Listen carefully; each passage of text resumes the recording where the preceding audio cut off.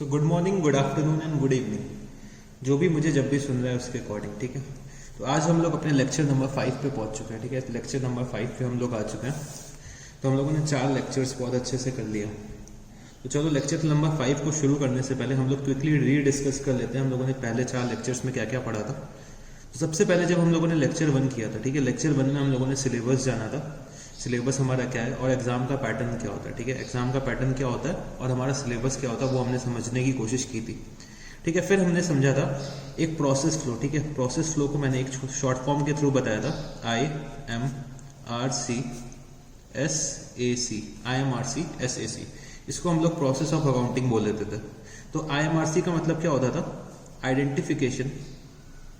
Identification of business transactions. ठीक है, identification of financial या बिजनेस ट्रांजैक्शंस। और M बताया था मैंने measuring of identified transactions, measuring of identified transactions. फिर मैंने R बताया था क्या, रिकॉर्डिंग। C मैंने बताया था क्या, क्लासिफाइंग। S का मतलब समराइजिंग,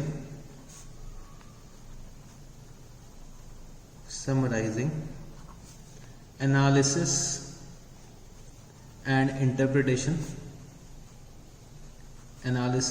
इंटरप्रिटेशन, और C का मतलब मैंने क्या बताया था, कम्युनिकेशन। ठीक है, कम्युनिकेशन किसको किसको करते हैं, इंटरनल यूजर्स और एक्सटर्नल यूजर्स। ठीक है, कम्युनिकेशन किसको किसको करता है, इंटरनल यूजर्स और एक्सटर्नल यूजर्स। तो IMRC SAC, सबसे पहले हमें क्या करना होता है, हमें आइडेंटिफाई करना होता है अपने ट्रांजैक्शंस और इवेंट्स को।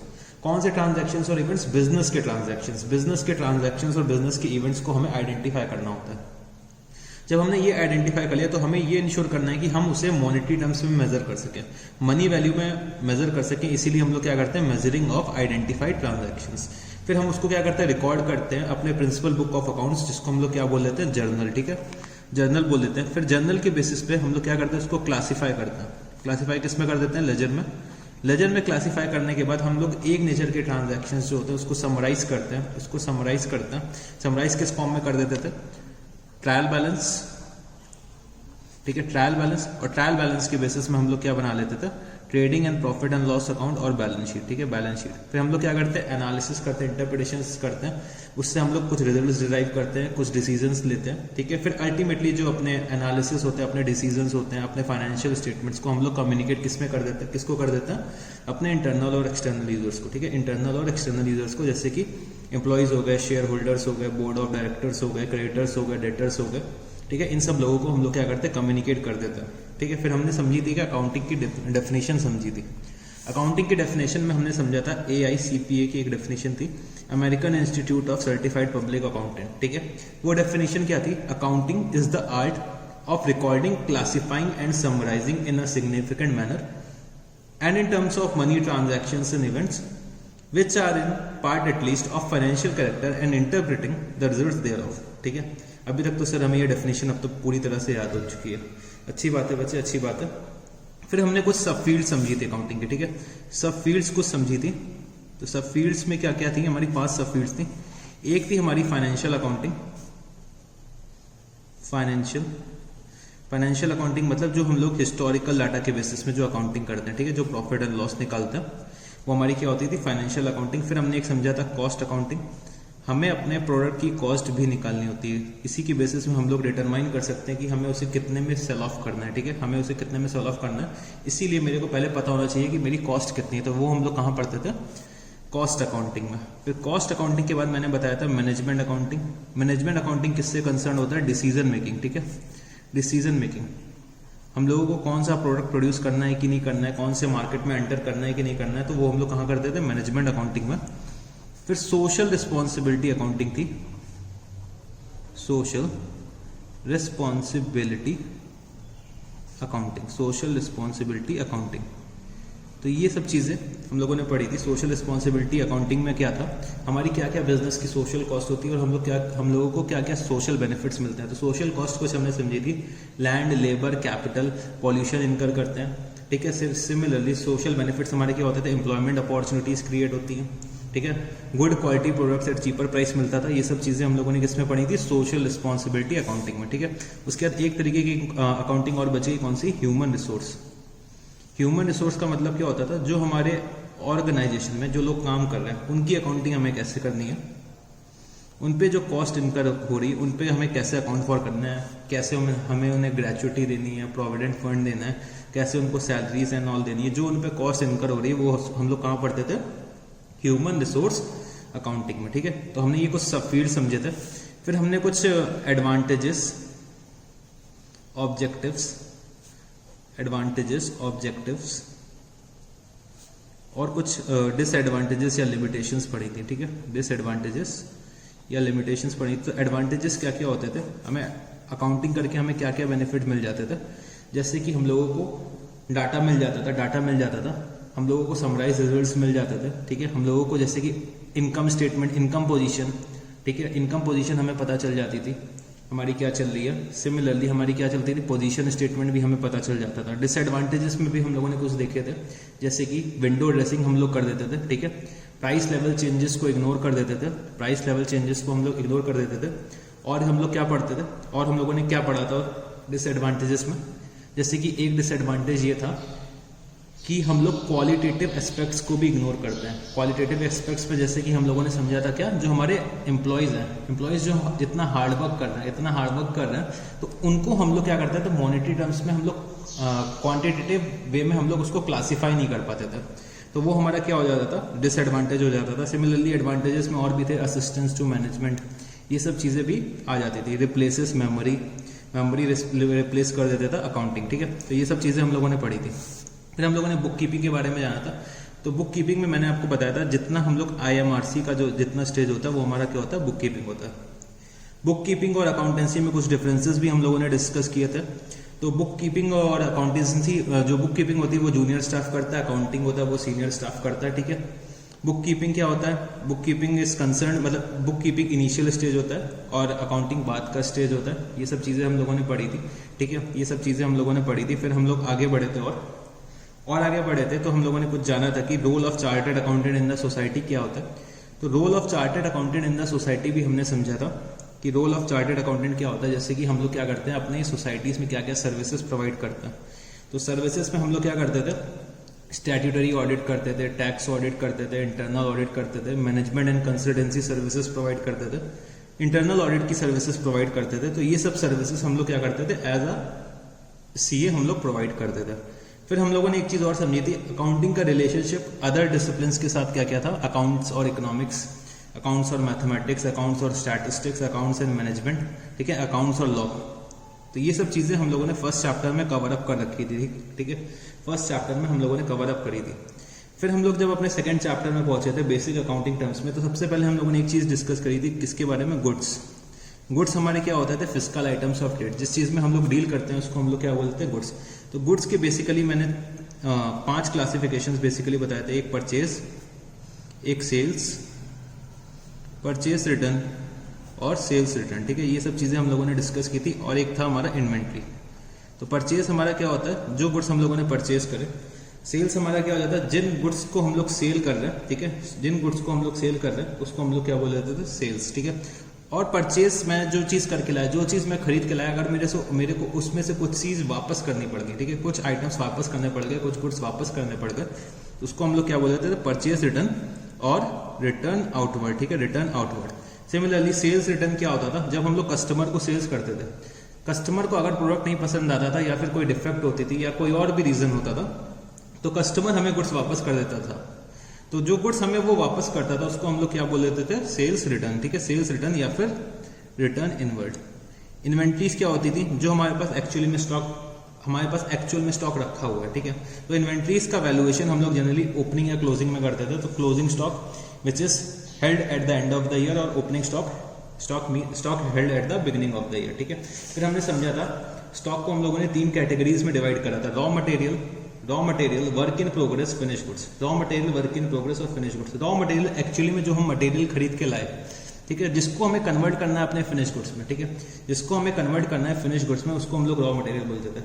और जो रॉ मटेरियल पूरी तरह से कन्वर्ट होके अपने फाइनल प्रोडक्ट में आ जाता था तो उसको हम लोग फिनिश गुड्स बोल देते थे।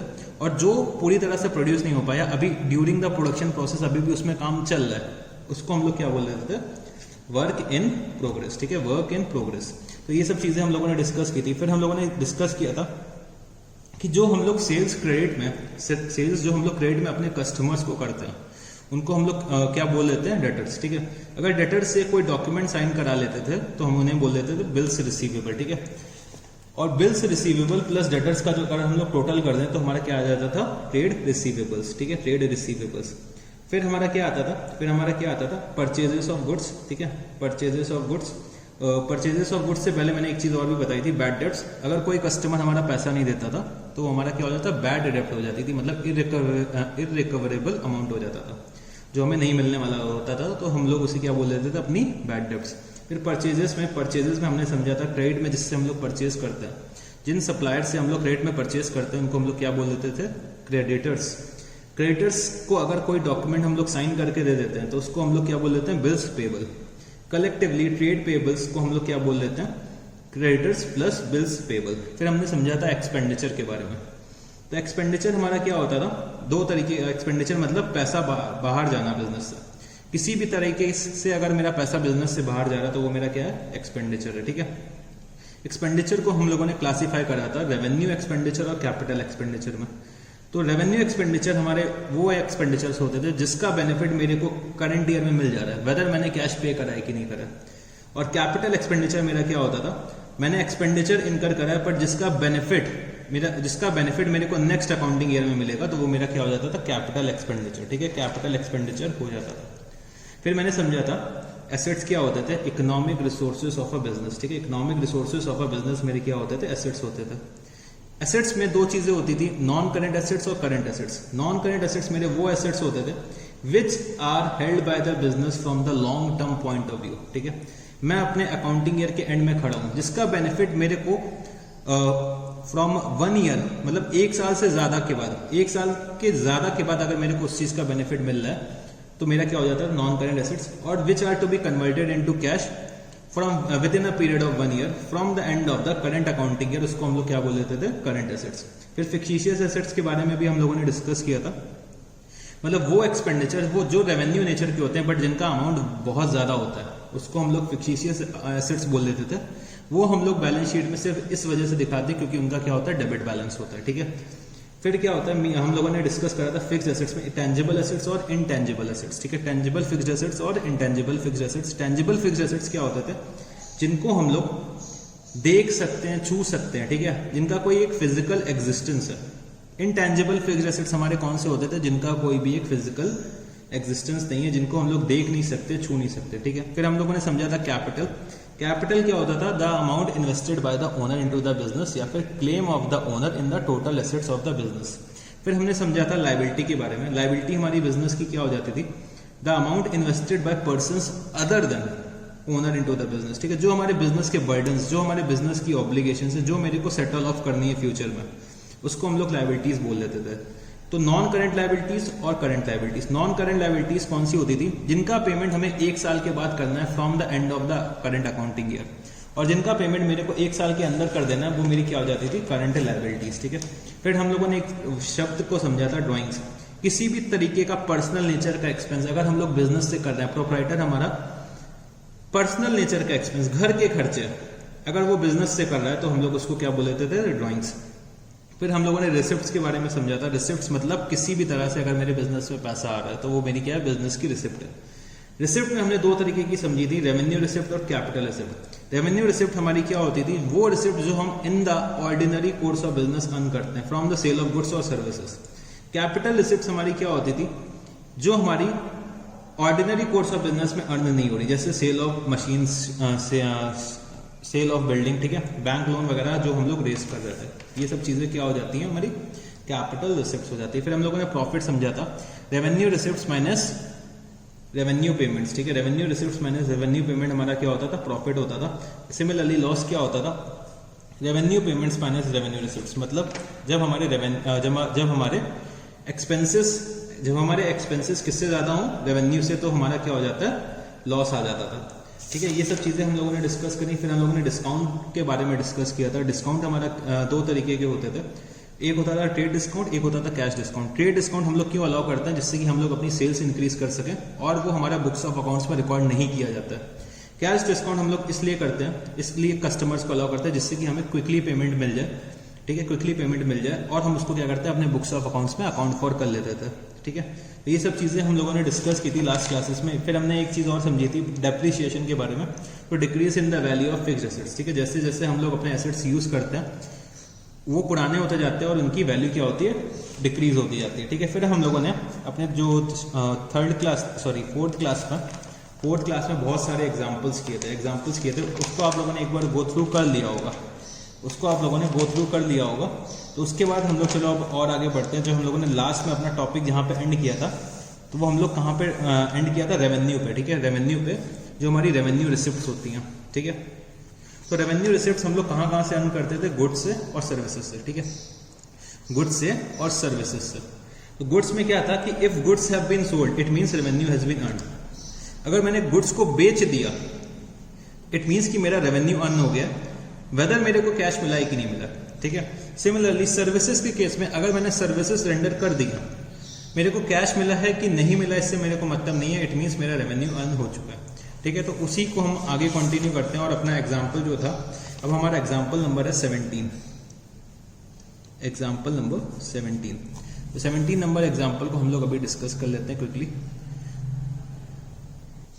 जो अभी हम लोगों ने 15 मिनट का डिस्कशन करा वो मैं आपको एज अ रिकॉर्डिंग दे दूंगा अलग से, जिससे कि आप लोग क्विकली रिवाइज कर चुके हैं फिर से। ठीक है, तो चलो जी एग्जाम्पल लिखते हैं। तो ये जैसे मैं एक चार्ट बनाता हूँ, ये मेरा क्या है, 1 जनवरी 2018 है और 31 दिसंबर 2018 है। ठीक है, चलो जी फिर मैंने क्या करा, कुछ गुड्स सेल किए। ठीक है, कुछ गुड्स सेल करे। एक करा मैंने राम को, श्याम को, मोहन को और एक्स को और वाई को। ठीक है, इतने लोगों को मैंने सेल करा। जो राम को मैंने सेल करा था वो कितना करा था, 30,000 रुपीज़ का। श्याम को जो मैंने सेल्स करा वो कितना है, 40,000 रुपीज़ का। मोहन को जो मैंने सेल्स करा वो कितना है, 60,000 रुपीज़ का। ठीक है, इतना सेल्स मैंने करा। एक्स को जो मैंने सेल करा वो करा है मैंने 25,000 रुपीज़ का, और वाई को जो मैंने सेल्स करा वो कितना है, 35,000 रुपीज़ का। अच्छा, जो इन तीनों को मैंने जो सेल्स करी थी, ठीक है, इन तीनों को जो सेल्स करी थी वो मैंने करी थी कैश बेसिस पे, और जो इन दोनों को सेल्स करी है वो करी है क्रेडिट बेसिस पे। ठीक है, क्रेडिट बेसिस पे इन लोगों को सेल्स करी। ठीक है, मैंने इतनी सेल्स ड्यूरिंग द ईयर कर रखी है। क्वेश्चन कहता है कि calculate total revenue for the year 2018। Calculate total revenue for the year 2018। तो टोटल रेवेन्यू हमें निकालना है। तो टोटल रेवेन्यू के लिए बच्चे बिल्कुल सिंपल सी बात है। टोटल रेवेन्यू मैंने क्या बताया था, अगर हमने गुड्स सेल कर दिया, अगर हमें कैश मिला है कि नहीं मिला मेरे को इससे मतलब ही नहीं है। ठीक है, तो हमने गुड्स अगर सेल कर दिए वो मेरा रेवेन्यू है। तो मैंने कैश बेसिस पे अगर मैं देखता हूँ तो कितना सेल करा है, 1,30,000 रुपीज़ का, और क्रेडिट बेसिस में अगर मैं कैलकुलेट करूँ तो मेरा कितना आ जाएगा, 60,000 रुपीज़ का। ठीक है, तो चलो जी 1,90,000 रुपीज़ का मेरा क्या हो गया, टोटल रेवेन्यू हो गया। टोटल रेवेन्यू मेरा कितना हो गया, 1,90,000 रुपीज़ का। ठीक है, चलो जी फिर और आगे बढ़ते हैं। एग्जाम्पल नंबर 18 पे आते हैं। ठीक है, एग्जाम्पल नंबर 18 पे आते हैं और इसको हम लोग ऊपर लिख लेते हैं इन केस ऑफ सर्विसेज। ठीक है, इन केस ऑफ सर्विसेज। और जो मेरा जो पुराना एग्जाम्पल था, जो मेरा एग्जाम्पल नंबर 17 था, यहाँ पे मैं लिख लेता हूँ क्या, इन केस ऑफ गुड्स। तो सर्विसेज में अब हम लोग आ जाते हैं। तो सर्विसेज में मैं फिर से एक छोटा सा चार्ट बना लेता हूँ।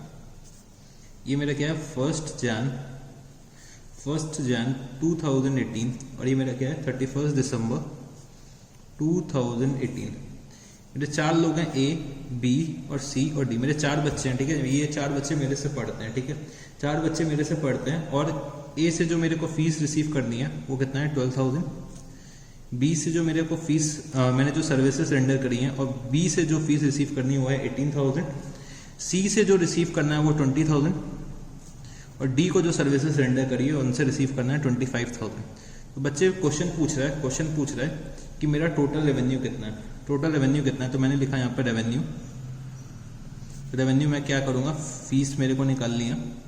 तो रेवेन्यू मेरा कितना आ जाएगा अगर मैं टोटल करता हूँ तो 12 + 18 + 20 + 25 कितना निकल के आ जाएगा 75,000 रुपीज़ का मेरा क्या आ गया, टोटल रेवेन्यू आ गया। टोटल रेवेन्यू मेरा कितना आ गया 75,000 रुपीज़। सर ये तो बहुत ईजी क्वेश्चन था, थोड़ा सा और अच्छे क्वेश्चंस मेरे को समझाओ, ठीक है, थोड़े से और अच्छे क्वेश्चंस मेरे को समझाओ। तो चलो जी एक एग्जांपल और डिस्कस करते हैं, एग्जांपल नंबर 19। तो इसमें भी हम लोग क्या करते हैं, एक चार्ट बनाते हैं। चार्ट में 1 जनवरी 2018 और 31 दिसंबर 2019, 31 दिसंबर 2019। तो A, B, C, D और E, 5 लोग हैं, A, B, C, D और E, ठीक है। A से मेरे को कितना रिसीव करना था, A से मेरे को रिसीव करना था 10,000 रुपीज़, ठीक है। 10,000 रुपीज़ की मैंने क्या करा, इसको सर्विसेज करी।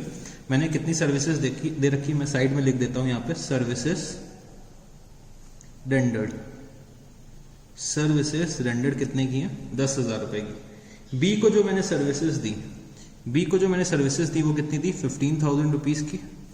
C को जो मैंने सर्विसेज दी वो कितनी दी, 20,000 रुपीज़ की। D को जो मैंने सर्विसेज दी हैं वो है 25,000 रुपीज़ की। और E को जो मैंने सर्विसेज दी हैं वो कितनी है, 12,000 रुपीज़ की, ठीक है। इतने रुपीज़ की मैंने सर्विसेज दे रखी हैं, ठीक है। और जो मेरे को कैश रिसीव हुआ है, कैश मेरे को कितना मिला, ये 10,000 रुपये पूरा का पूरा मिल गया, 15,000 रुपये भी मेरे को पूरा का पूरा मिल गया, 20,000 रुपीज़ भी मेरे को पूरा का पूरा मिल गया। बट मेरे को ये 25,000 और 12,000 रुपीज़ मिला नहीं है अभी तक मेरे को। डी और ई जो मेरे बच्चे थे, डी और जो ई मेरे बच्चे थे वो थोड़े से फाइनेंशियली वीक थे।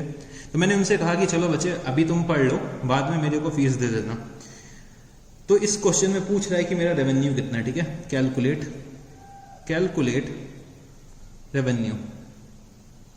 तो बच्चे रेवेन्यू निकालने के लिए मैंने क्या बताया था, अगर सर्विसेज रेंडर हो गई हैं तो इट मीन्स मेरा रेवेन्यू अर्न हो गया। तो मेरा रेवेन्यू क्या हो जाएगा इस क्वेश्चन में, मैंने क्या करा, सर्विसेज अगर इन लोगों को दे रखी हैं, A, B, C, D, E, सबको मैंने सर्विसेज दे दी हैं, तो इट मीन्स मेरा क्या हो गया, ये रेवेन्यू हो गया। तो मेरा टोटल रेवेन्यू अगर मैं देखता हूँ, टोटल रेवेन्यू अगर मैं कैलकुलेट करूँ तो मेरा कितना आएगा, 10 + 15 25 20 45 45 + 25 कितना हो गया, 70 और 82,000, ठीक है। 82,000 रुपीज़ का मेरा क्या आ गया, टोटल रेवेन्यू आ गया। ये मेरा क्या आंसर है, ठीक है, ये मेरा क्या है आंसर है। सर ये चीज़ भी हमें समझ में आ गई। हाँ बच्चे, हाँ समझ में आएगी, सब चीज़ें समझ में आएंगी धीमे धीमे। तो चलो जी और आगे अपनी क्लास को लेकर चलते हैं हम लोग। तो एग्जाम्पल नंबर आई थिंक 21 है एग्जाम्पल नंबर। सो 21 ही है, नहीं सॉरी 20 है एग्जाम्पल नंबर। तो 20 नंबर, एग्जाम्पल नंबर 20। सो हम लोग क्या करते हैं, इसमें भी एक छोटा सा डायग्राम बनाते हैं। 1 जन 2018 31 दिसंबर 2018, ठीक है, 31 दिसंबर 2018। इस बार मेरे कितने बच्चे थे, A, B, C, D, E और F, ठीक है। A, B, C, D, E, F मेरे पास 6 बच्चे थे। तो मैंने क्या करा, A को 20,000 रुपीज़ की सर्विसेज दे रखी हैं, B को जो मैंने सर्विसेज दी वो 30,000 रुपीज़ की दे रखी हैं, और C को जो मैंने सर्विसेज दे रखी हैं वो कितनी, 35,000 रुपीज़ की, ठीक है। D को जो सर्विसेज दे रखी हुई हैं वो कितनी है मेरी, 45,000 रुपीज़ की। E को जो मैंने सर्विसेज दे रखी हुई हैं वो 20,000 रुपीज़ की, और जो F को सर्विसेज दे रखी हुई हैं वो कितनी है, 15,000 रुपीज़ की, ठीक है। ये सब सर्विसेज मैंने इन लोगों को रेंडर कर रखी हैं। तो A से मेरे को पैसा रिसीव हो गया, B से रिसीव हो गया, C से रिसीव हो गया, D से रिसीव हो गया, E और F से मेरे को पैसा नहीं मिला, ठीक है। तो मेरे को टोटल रेवेन्यू कोई बता सकता है? अगर मैं टोटल रेवेन्यू इसको टोटल करूँ, क्विकली टोटल कर लो, कैलकुलेटर लेके साथ में बैठा करो, ठीक है, कैलकुलेटर लेकर साथ में बैठा करो। तो चलो जी अगर मैं टोटल करता हूँ तो मेरा निकल के आ रहा है, मेरा रेवेन्यू कितना हो जाएगा, 1,65,000 रुपीज़ मेरा क्या आ गया टोटल रेवेन्यू। सर आपने रेवेन्यू तो बता दिया, कितना है, 1,65,000 रुपीज़ का मैंने टोटल रेवेन्यू अर्न कर रखा है करंट ईयर में। बट सर क्या हुआ है कि हमें जो कैश मिला है, कैश जो मिला है वो कितना है, 1,30,000 रुपीज़ का कैश मिला है। तो सर जो बाकी जो मेरा पैसा बचा, बाकी जो मेरा पैसा जो मेरे को 35,000 रुपीज़ मेरे को मिलना है, जो मेरे को नेक्स्ट ईयर में मिल जाएगा, वो मेरा क्या होगा बच्चे, वो हमारा एसेट हो जाएगा। सर ये हमारा एसेट कैसे हो गया बच्चे? मैंने क्या करा, सर्विसेज रेंडर कर दी हैं बट मेरे को अभी तक मेरा पैसा नहीं मिला। एसेट्स के लिए मैंने क्या बताया था कि अगर कोई एक राइट क्रिएट हो जाता है, अगर मेरा कोई एक राइट क्रिएट हो जाता है, अगर मेरा कोई राइट क्रिएट हो जाता है तो वो मेरा क्या हो जाता है, एसेट हो जाता है। तो मेरा एक राइट क्रिएट हो गया बच्चों के ऊपर कि मेरे को उनसे फीस रिसीव करनी है, मैंने अपनी सर्विसेज रेंडर कर दी है, मेरे को सिर्फ फीस रिसीव करना बाकी रह गया, तो वो मेरा बिजनेस का क्या हो जाएगा, एसेट हो जाएगा। अच्छा जी सर, ये चीज तो हमें समझ में आ गई। तो बच्चे इस एसेट को एक नाम से हम लोग डिनोट करते हैं, इस नाम से एक डिनोट करते हैं, इस नाम को हम लोग क्या बोल देते हैं, अक्रूड। अक्रूड फीस मतलब जो फीस हमें अभी रिसीव होना बाकी है उसको हम लोग अक्रूड नाम से लिख देते हैं, अक्रूड फीस। अक्रूड फीस जो हमें रिसीव होने हैं, ठीक है। अक्रूड का मतलब क्या होता है, जो सर्विसेज हमने रेंडर कर दी, जो हम लोगों ने क्या करा, सर्विसेज रेंडर कर दी बट मेरे को पेमेंट नहीं मिला, तो हम लोग उसको बोल देते हैं अक्रूड फीस, ठीक है, अक्रूड फीस। सर हमें ये भी समझ में आ गया।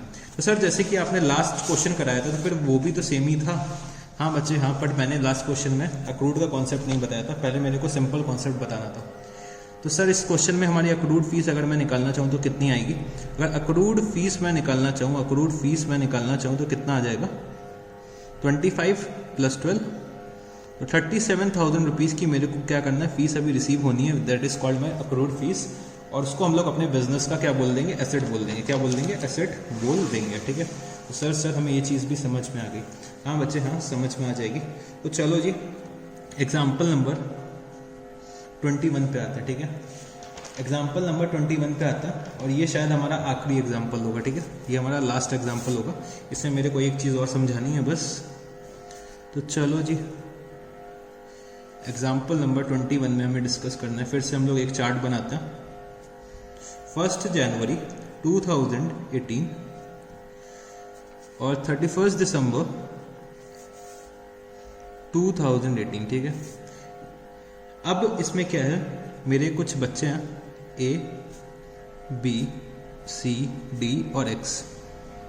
मेरे 5 बच्चे हैं A, B, C, D और X, ठीक है। ये लोग मेरे से क्या करते हैं, पढ़ते हैं। A को जो मैंने सर्विसेज रेंडर करी हैं वो कितनी है, 30,000 रुपीज़ की, ठीक है, 30,000 रुपीज़ की। B को जो रेंडर करी हैं वो है 40,000 रुपीज़ की। C को जो रेंडर करी हैं वो है 60,000 रुपीज़ की। D को जो रेंडर करी है वो है 80,000 रुपीज़ की। और जो X को रेंडर करा है वो कितना है, 20,000 रुपीज़ का, ठीक है।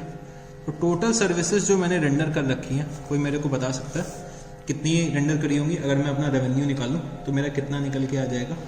तो सर आपने टोटल आपने कितना सर्विसेज रेंडर कर रखा है, अगर मैं टोटल करता हूँ तो ये निकल के आ रहा है 2,30,000 रुपीज़ का, ठीक है। मेरा रेवेन्यू कितना निकल के आएगा, 2,30,000 रुपीज़, ठीक है। अब क्या हुआ इस सिचुएशन में, जब मेरा 31 दिसंबर आया, ठीक है, 31 दिसंबर आया तो ये मेरा जो एक्स बच्चा था वो मेरे पास दौड़ते दौड़ते आया, मेरे पास भागते भागते आया। मैंने कहा बच्चे क्या हुआ इतना परेशान क्यों? सर कहता है सर कि सर आपने जो हमारे 2018 में मेरे को बहुत अच्छे से पढ़ाया। हमने कहा हाँ बच्चे हाँ, मैंने बहुत मेहनत करी है।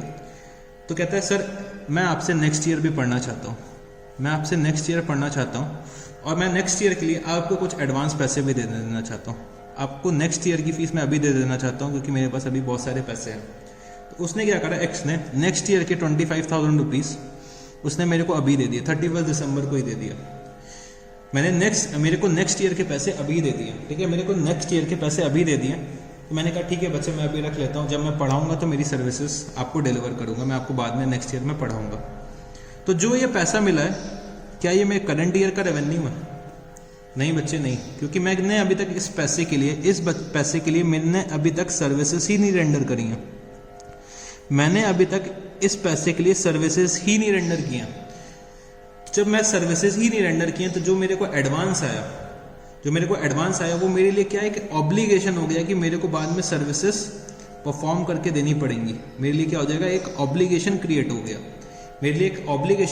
तो ऑब्लिगेशन को हम लोग क्या बोल देते थे, लाइबिलिटीज हमारे बिजनेस की। तो हमारे बिजनेस की एक लाइबिलिटी क्रिएट हो गई। इस लाइबिलिटी को हम लोग एक नाम से डिनोट करते हैं जिसका नाम क्या होता है, अनएक्रूड फीस। अनएक्रूड फीस। सर ये अनएक्रूड का क्या मतलब हुआ? अनएक्रूड का बच्चे ये मतलब होता है कि मैंने पैसे रिसीव कर लिए पर अभी तक सर्विसेज रेंडर नहीं करी, इसलिए मेरी इनकम अभी तक अर्न नहीं हुई, अर्न नहीं हुई। इसको एक और नाम से बोल देते हैं हम लोग, इनकम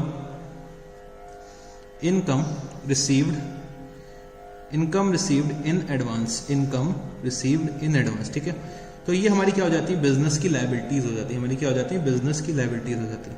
सर हाँ जी बच्चे, हाँ सर मेरे को ये बात भी समझ में आ गई। अगर एक्रूड इनकम है तो हमारी क्या है? एसेट है। और अनएक्रूड इनकम है तो हमारी क्या है? बिजनेस की लायबिलिटीज है। ठीक है, चाहो तो इसको एक बार लिख लो। चलो मैं कुछ नोट्स लिखा देता हूँ, वो आप लोग लिख लो। नोट लिखा लेता हूँ। तो एडवांस रिसीव्ड,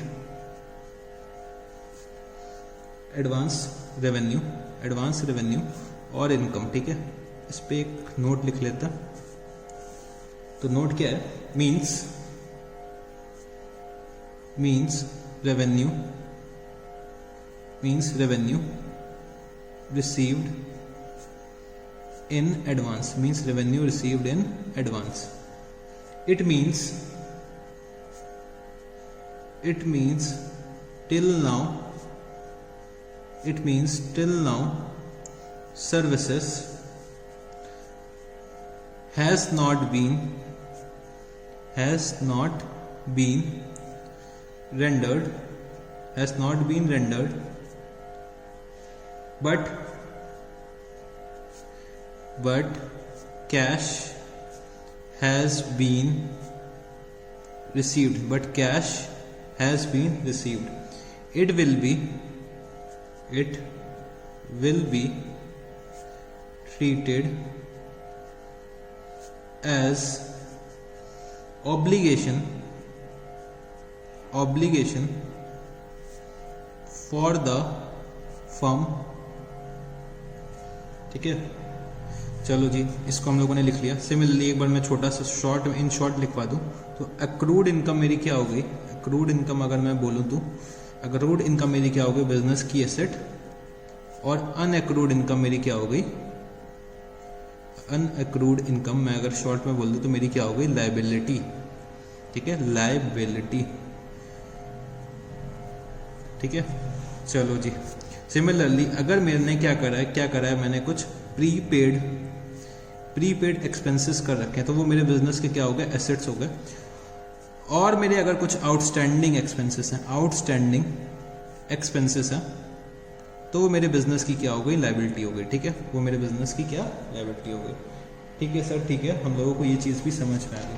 तो बच्चे बस यहीं पे हमारा ये चैप्टर फिनिश होने को आ गया। ठीक है, ये चैप्टर भी हमारा यहीं पे ख़त्म होने को आ गया।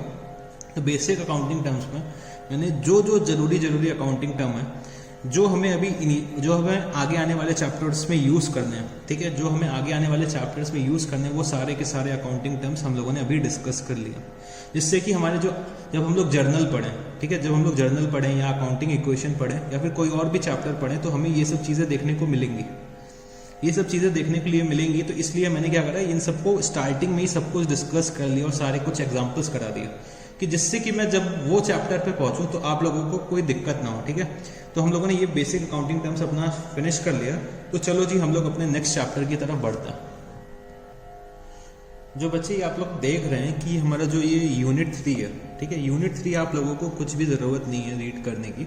ये हम लोगों ने जो अभी तक पढ़ा है वो हमारा यूनिट 3 था। ठीक है, तो जो यूनिट 3 है वो आप लोग मत भी देखिए क्योंकि इसमें अननेसेसरली इतने वर्ड्स के एक्सप्लेनेशन दे रखे हैं जिनका अभी कोई ऐसा यूज़ नहीं है। ठीक है, इन लोगों ने हर छोटे छोटे वर्ड्स का एक्सप्लेनेशन दे रखा है। हम लोगों ने वो वर्ड्स डिस्कस कर लिए हैं ऑलरेडी जो हमें डेली बेसिस में यूज़ करना है। ठीक है, जो हमें अकाउंट्स के डेली बेसिस में जो मेरे सामने टकराते रहेंगे, जो मेरे सामने आते रहेंगे, उनके बारे में हम लोगों ने पूरा का पूरा डिस्कशन कर लिया। ठीक है, तो आप इस चैप्टर को ना भी रीड करें तो कोई फ़र्क नहीं पड़ेगा। ठीक है, तो इस चैप्टर को ना रीड करिएगा, जितना मैंने पढ़ा दिया उसको एक बार दोबारा से एक बार गो थ्रू करिएगा। ठीक है, जितने भी टर्म्स मैंने करवा दिए। ठीक है, तो चलो जी अब हम लोग अपना आगे बढ़ते हैं। जो हमारा नेक्स्ट चैप्टर है जो हमारा यूनिट 2 है इसका। ठीक है, फर्स्ट चैप्टर का जो यूनिट 2 है accounting concepts, principles and conventions. ठीक है, इसके बारे में हम लोग डिस्कस करने जा रहे हैं। तो हमारा accounting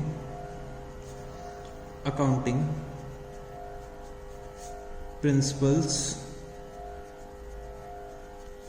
concepts and conventions, accounting principles, concepts and conventions. तो चलो जी इसको हम लोग शुरू करते हैं। तो सबसे पहले क्या होता है, हम लोग एक वर्ड को समझने की कोशिश करते हैं, अकाउंटिंग के प्रिंसिपल्स। अकाउंटिंग के प्रिंसिपल्स क्या होते हैं, ठीक है, अकाउंटिंग के प्रिंसिपल्स क्या होते हैं, ये हम लोग समझने की कोशिश करते हैं, ठीक है। तो अकाउंटिंग के प्रिंसिपल क्या होते हैं उसके बारे में लिखते हैं, नॉर्म्स और रूल्स ऑफ अकाउंटिंग, नॉर्म्स और rules of accounting to maintain uniformity, ठीक है। तो बच्चे समझने की कोशिश करना, जितने भी बिजनेसेस होते हैं, ठीक है, अगर जैसे कि मैं एक ये बिजनेस है, ये है ए, ये है बी, ये है सी और ये है डी, ठीक है, ये चारों बिजनेसेस हैं, ठीक है। अब अगर हम लोग अकाउंटिंग के कुछ प्रिंसिपल्स नहीं बनाएंगे, कुछ स्टैंडर्ड्स नहीं बनाएंगे, तो ये नहीं होगा कि हर बिजनेस अपनी अलग अलग तरीके से अकाउंटिंग करेगा। ये अपना ये अपना एक्स बेसिस में अकाउंटिंग कर रहा होगा, ये वाई बेसिस में अकाउंटिंग कर रहा होगा, ये जेड बेसिस में अकाउंटिंग कर रहा होगा, और ये हो सकता है आर बेसिस पे अकाउंटिंग कर रहा हो, ठीक है। तो जब तक हम लोग एक सेट स्टैंडर्ड नहीं बनाएंगे कि हमें अकाउंटिंग जो करनी है, कोई काम करना है तो पर्टिकुलरली इसी मैनर में करना है, ठीक है, पर्टिकुलरली इसी मैनर में करना है, तो उसके लिए हम लोग क्या करते हैं, कुछ प्रिंसिपल्स बनाते हैं अकाउंटिंग के, कि हमें जो अकाउंटिंग करनी है वो इस मैनर में करनी है, जिससे कि क्या हो कि सारे के सारे बिजनेस एक तरह से अकाउंटिंग कर सके, ठीक है। अब सोचो अगर हर बिजनेस अलग अलग तरीके से अकाउंटिंग करेगा, ठीक है, सब बिजनेस अलग अलग तरीके से अकाउंटिंग करेगा, तो ऑन अ जर्नल अगर ये अपने फाइनेंशियल स्टेटमेंट्स किसी को प्रेजेंट करेगा, तो उसको ए तरीके के बिजनेस में जो भी अकाउंटिंग का मेथड यूज हो रहा है उसकी नॉलेज होनी चाहिए, ये जो यूजर है उसको इसकी भी नॉलेज होनी चाहिए, फिर वो यूजर को इसकी भी नॉलेज होनी चाहिए, इसकी भी नॉलेज होनी चाहिए और इसकी भी नॉलेज होनी चाहिए। तो हर तरीके की अकाउंटिंग की नॉलेज होनी चाहिए। अगर अकाउंटिंग प्रिंसिपल्स नहीं है तो हम लोगों ने क्या करा, कुछ अकाउंटिंग के प्रिंसिपल्स बनाए, जानबूझ के बनाए, ठीक है, इंटेंशनली बनाए, कि जिससे क्या हो सके, हमारी अकाउंटिंग है वो यूनिफॉर्म मैनर में हो सके। तो जितने भी बिजनेस हो वो एक ही तरीके से अकाउंटिंग करें, जितने भी बिजनेस हो सब लोग एक ही तरीके से अकाउंटिंग करें। इसीलिए हम लोगों ने क्या करा, एक अकाउंटिंग के प्रिंसिपल्स बनाए, ठीक है, अकाउंटिंग के प्रिंसिपल्स बनाए। तो क्या बनाए, कुछ रूल्स बनाए, कुछ नॉर्म्स बनाए। तो नॉर्म्स और rules of accounting to maintain uniformity मतलब सारी की सारी जगह एक ही तरह से अकाउंटिंग होते रहे, ठीक है, एक ही तरह से अकाउंटिंग होते रहे। तो सर ये बात भी हमें समझ में आ गई। तो हाँ बच्चे हाँ, तो चलो जो हम लोगों ने अकाउंटिंग के प्रिंसिपल्स बनाए इनके कुछ फीचर्स लिखते हैं। जो ये अकाउंटिंग प्रिंसिपल्स हैं वो मैन मेड है, ठीक है, ये जो प्रिंसिपल्स हैं वो इंसानों ने बनाए, ठीक है, भगवान ने बना के नहीं भेजे। तो ये प्रिंसिपल्स हैं वो क्या है, मैन मेड है। प्लस ये जो ये प्रिंसिपल्स हैं वो क्या है, फ्लेक्सिबल है। फ्लेक्सिबल मतलब अपनी नीड्स के हिसाब से हम लोग इसको चेंज कर सकते हैं, ठीक है, अपनी नीड्स के हिसाब से हम लोग आगे चल के चेंज भी कर सकते हैं।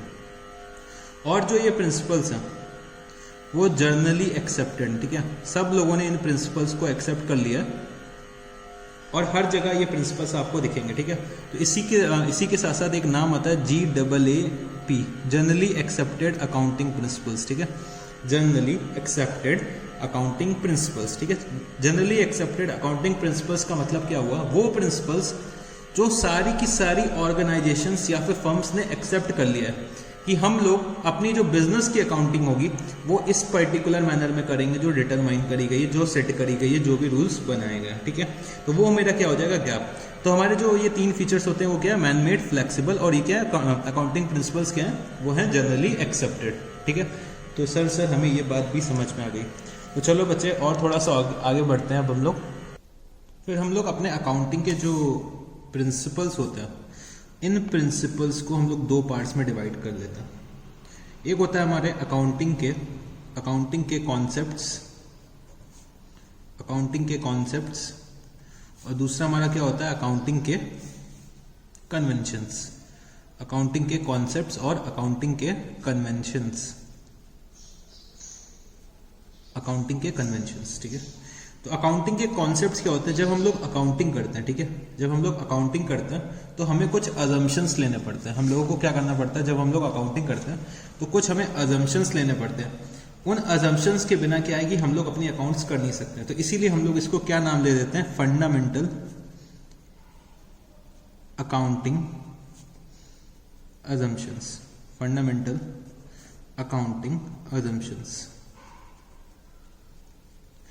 तो सर कैसे कैसे assumptions लेने पड़ते हैं वो भी हमें बता दें। देखो कोई भी चीज़ करोगे तो हर चीज़ के पीछे कोई ना कोई एक assumption लेना पड़ता है। अब जैसे कि आप लोग जब कार चलाओगे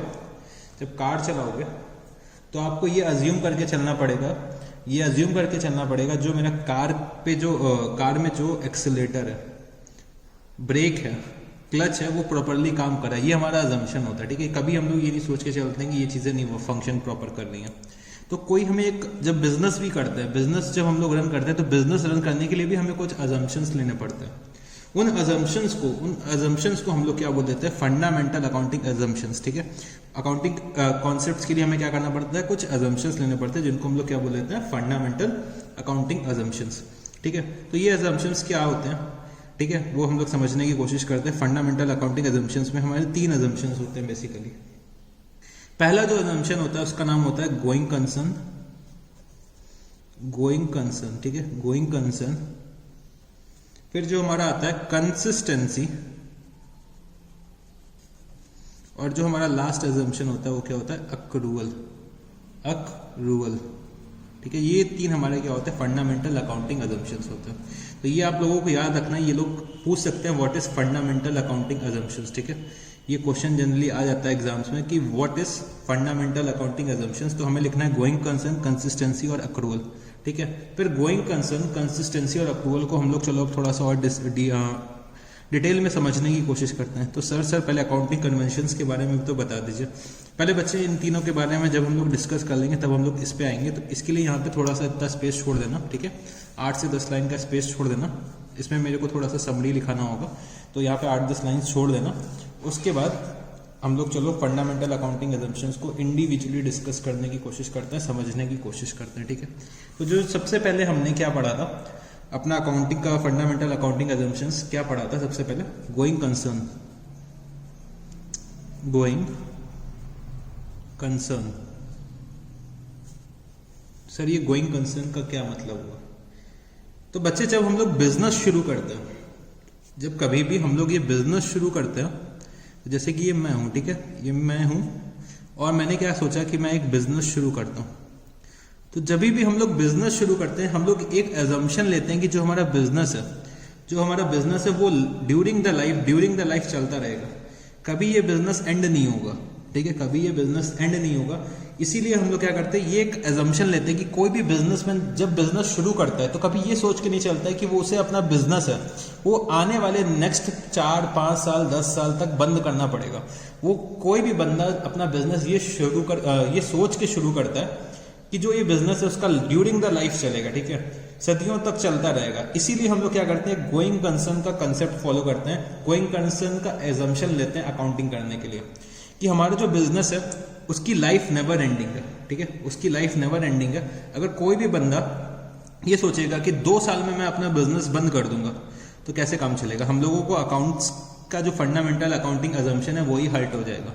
कभी भी कोई भी बिजनेसमैन ये नहीं सोचता है कि 2 से 3 साल के अंदर हम अपना बिजनेस बंद कर देंगे, ठीक है। हमारी जो बिजनेस की लाइफ होती है वो क्या होती है, इनडेफिनेट होती है। तो हम लोगों को ये अजम्पशन लेना पड़ता है कि हमारा जो हमारा बिजनेस है वो आने वाले कई सालों तक चलता रहेगा। ये मेरे को नहीं पता है कितने साल तक चलेगा, बट ये मालूम है कि आने वाले कई सालों तक चलता रहेगा, और ये नहीं पता मेरे को कब ये बिजनेस बंद होगा। तो ये हमारा क्या है, गोइंग कंसर्न का एक अजम्पशन होता है, ठीक है। गोइंग का मतलब क्या होता है, चलता रहे,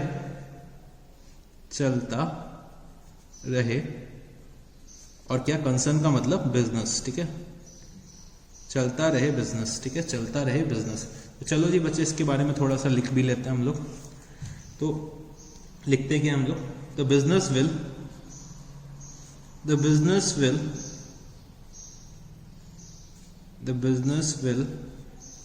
continue for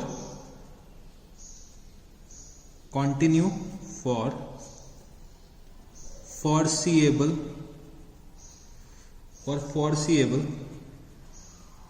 future, and there is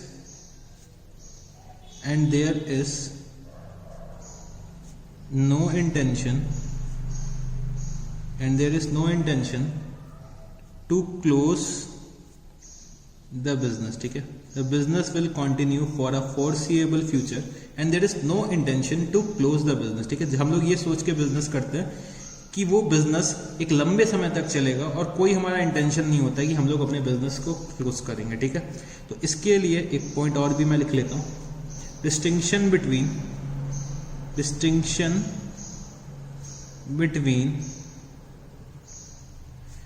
fixed assets and current assets, distinction between fixed assets and current assets are made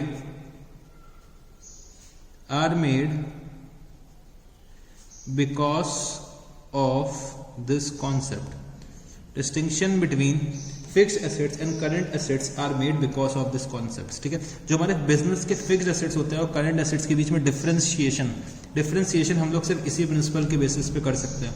ठीक है, जो हमारे फिक्स्ड एसेट्स होते थे उनको हमें क्या करना था, मोर देन 1 ईयर यूज करना था। ठीक है, जिनका बेनिफिट हमें 1 साल से आगे आने वाले सालों तक मिलना है। ठीक है, 1 साल से आगे आने वाले सालों तक मिलना है from the end of current accounting year, उनको हम लोग क्या बोलते थे, फिक्स्ड एसेट्स बोलते थे। तो इसी बेसिस में हम लोग फिक्स्ड एसेट्स और करंट एसेट्स का डिस्टिंक्शन कर सकते हैं। अगर मेरे को मालूम है कि मेरा अगर बिजनेस 2 साल में ही बंद हो जाएगा तो मैं अपने फिक्स्ड एसेट्स का कैसे क्लासिफिकेशन करूंगा, या मतलब मेरा जो बिजनेस है 6 महीने में बंद होने वाला है तो मेरे कभी बिजनेस के फिक्स्ड एसेट्स होंगे नहीं। तो इसीलिए हम लोग गोइंग कंसर्न के बेसिस पे ये कॉन्सेप्ट डेवलप हुआ कि हमारे जो बिजनेस के फिक्स्ड एसेट्स और करंट एसेट्स पे हम लोग क्या कर सकते हैं, डिस्टिंक्शन कर सकते हैं, दोनों को अलग अलग बांट सकते हैं। फिर जो हमारा एक और चीज आई, distinction between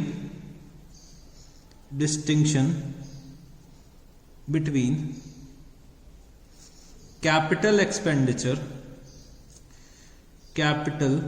expenditure and revenue expenditure are made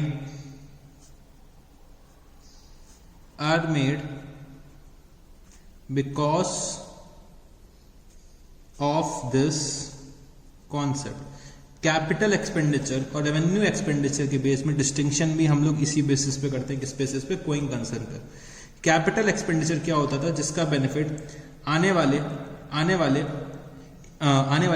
1 साल के ऊपर मिलने वाला है। ठीक है, कैपिटल एक्सपेंडिचर जो हमारे क्या होते थे, बिजनेस के एसेट्स होते थे। ठीक है, जो मतलब जिसका बेनिफिट हमें करंट ईयर में नहीं मिल रहा है, जिसका बेनिफिट हमें आगे आने वाले साल में मिलने वाला है या उसके आगे आने वाले साल में मिलने वाला है, उसको हम लोग कैपिटल एक्सपेंडिचर बोलते थे। रेवेन्यू एक्सपेंडिचर कौन से एक्सपेंडिचर्स होते थे, जो हमारे बिजनेस के डे टू डे ऑपरेशंस में इनकर हो रहे हैं। तो गोइंग कंसर्न के बेसिस में हम लोग कैपिटल एक्सपेंडिचर और रेवेन्यू एक्सपेंडिचर को दोनों को अलग अलग बाइफरकेट कर सकते हैं। ठीक है, तो ये हमारा क्या हो गया, गोइंग कंसर्न का कॉन्सेप्ट हो गया। तो चलो जी, अगला हमारा जो क्या होता है, कंसिस्टेंसी क्या बोलता है कि अगर हम लोग कोई एक अकाउंटिंग प्रैक्टिस अडॉप्ट करते हैं, ठीक है, अगर हम लोग कोई एक अकाउंटिंग प्रैक्टिस अडॉप्ट करते हैं तो हमें ये इंश्योर करना चाहिए कि हमें वो प्रैक्टिस अगले 4 से 5 साल मिनिमम तो फॉलो करनी है। ठीक है, अगर हम लोग कोई अकाउंटिंग की प्रैक्टिस यहाँ पे अडॉप्ट करी, ठीक है, ये मेरा करंट ईयर है, ये मेरा नेक्स्ट, फिर उसके बाद, ठीक है, अगर मैंने कोई एक अकाउंटिंग की प्रैक्टिस अडॉप्ट करी है तो मेरे को इंश्योर करना है कि वो आगे आने वाले कई सालों तक यूज की जाए, सर इसका मतलब क्या हो गया, अकाउंटिंग प्रैक्टिस बच्चे, जैसे कि मैंने क्या सोचा, मेरे जो डेप्रिसिएशन के जो मेथड होते हैं वो 2 तरीके के होते हैं। एक होता है WDV, एक होता है SLM। ठीक है, ये क्या होता है सर, WDV और SLM, वो बच्चे हम लोग आगे चल के पढ़ेंगे। अभी के लिए बस समझ लो WDV और SLM 2 नाम होता है। ठीक है, अगर मैंने WDV मेथड करंट ईयर में अडॉप्ट कर लिया, ठीक है, तो मेरे को ये इंश्योर करना है कि आगे आने वाले कई सालों तक हम लोग यही मेथड यूज करें। ठीक है, आगे आने वाले कई सालों तक यही मेथड यूज करें। अगर मैं 1 साल WDV यूज करूं, 1 साल SLM यूज करूं, तो बच्चे दिक्कत है बिजनेस के लिए। हम लोग कंसिस्टेंसी नहीं फॉलो कर रहे हैं। हम लोगों के जो अकाउंटिंग के रिजल्ट्स होंगे वो प्रॉपर नहीं होंगे, वो हमारे अकाउंटिंग के रिजल्ट्स क्या होंगे, गलत हो जाएंगे। ठीक है, हमें अपने फाइनेंशियल स्टेटमेंट्स को इंश्योर करना है कि वो गड़बड़ ना हो। ठीक है, हमारे फाइनेंशियल स्टेटमेंट्स इन्फेक्ट ना हो। ठीक है, चलो जी, तो हम लोग इसके बारे में लिख लेते हैं। तो चलो बच्चे, इसके बारे में थोड़ा सा लिख लेते हैं। One accounting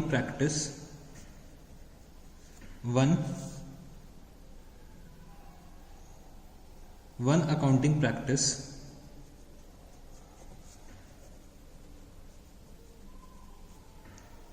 is followed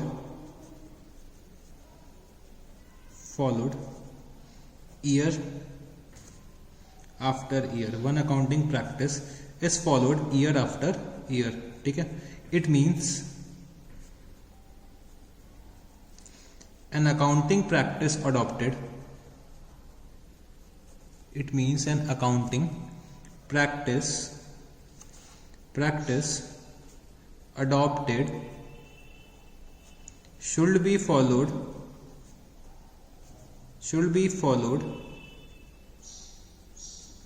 at least for 3 to 4 years. ठीक है, accounting practice adopted should be followed for at least 3 to 4 years. अगर मैं इसका एक एग्जाम्पल लिखूं तो एक एग्जाम्पल क्या हो जाएगा इसका, मेथड ऑफ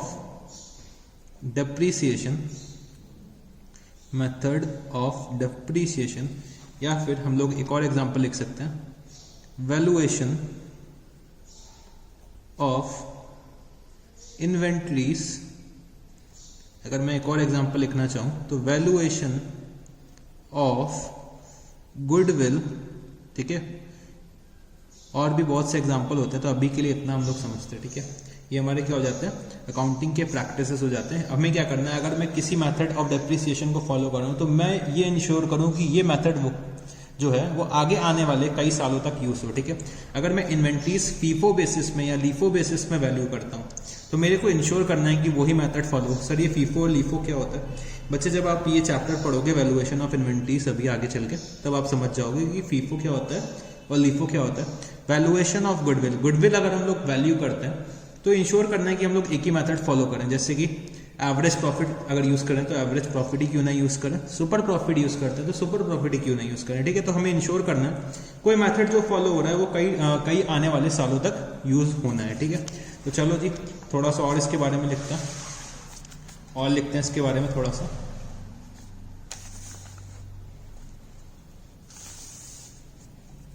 अकाउंटिंग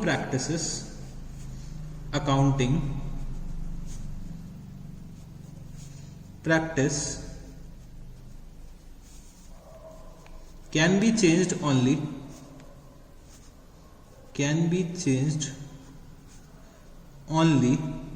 अकाउंटिंग की जो प्रैक्टिसेस हैं वो हम लोग तभी चेंज कर सकते हैं अगर ये तीनों में से कोई एक रीजन हो. ठीक है, इन तीनों में से अगर कोई एक रीजन होगा तभी हम लोग अपनी अकाउंटिंग की प्रैक्टिसेस चेंज कर सकते हैं. तो सर क्या रीजन होना चाहिए, इफ द लॉ रिक्वायर्स. ठीक है, अगर किसी लॉ की रिक्वायरमेंट है तभी हम लोग अपनी अकाउंटिंग की प्रैक्टिस चेंज करेंगे, इफ द लॉ रिक्वायर्स. ठीक है, या फिर किसी अकाउंटिंग के स्टैंडर्ड्स की रिक्वायरमेंट है, इफ द एएस रिक्वायर्स. ठीक है, एएस को हम लोग क्या बोलते हैं, अकाउंटिंग के स्टैंडर्ड्स. ठीक है, अकाउंटिंग स्टैंडर्ड्स, हमारे अकाउंटिंग के कुछ स्टैंडर्ड्स बना दिए हैं कि हमें किसी चीज़ की पर्टिकुलरली अकाउंटिंग ऐसे करनी है. ठीक है, ऐसे हमें अकाउंटिंग करनी है. कोई हमें मेथड्स प्रोवाइड करेगा कि कुछ चीज़ों की अकाउंटिंग हमें किसी एक पर्टिकुलर मेथड से करनी है, वो सब चीज़ें कहाँ लिख रखी हुई हैं, अकाउंटिंग के स्टैंडर्ड्स में. ठीक है, जैसे कि गुडविल का वैल्यूएशन अकाउंटिंग स्टैंडर्ड नंबर 26 में दे रखा हुआ है. ठीक है, हर अकाउंटिंग के ट्रीटमेंट के लिए कोई ना कोई अकाउंटिंग स्टैंडर्ड बना रखा है. ठीक है, तो सर हमें क्या ये अकाउंटिंग स्टैंडर्ड्स पढ़ने हैं, बच्चे से हमें इनका नाम जानना है. ठीक है, अभी जब हम लोग सीए फाउंडेशन में हैं तो हमें इनका सिर्फ नाम समझना है, नाम क्या नंबर है अकाउंटिंग नंबर का, मतलब अकाउंटिंग स्टैंडर्ड्स का क्या नंबर है और इसका क्या नाम है. हम लोग डिटेल में इसको आईपीसीसी और सीए फाइनल में पढ़ेंगे. ठीक है, तो चलो जी तीसरा रीजन क्या होना चाहिए, या फिर फॉर बेटर प्रेजेंटेशन ऑफ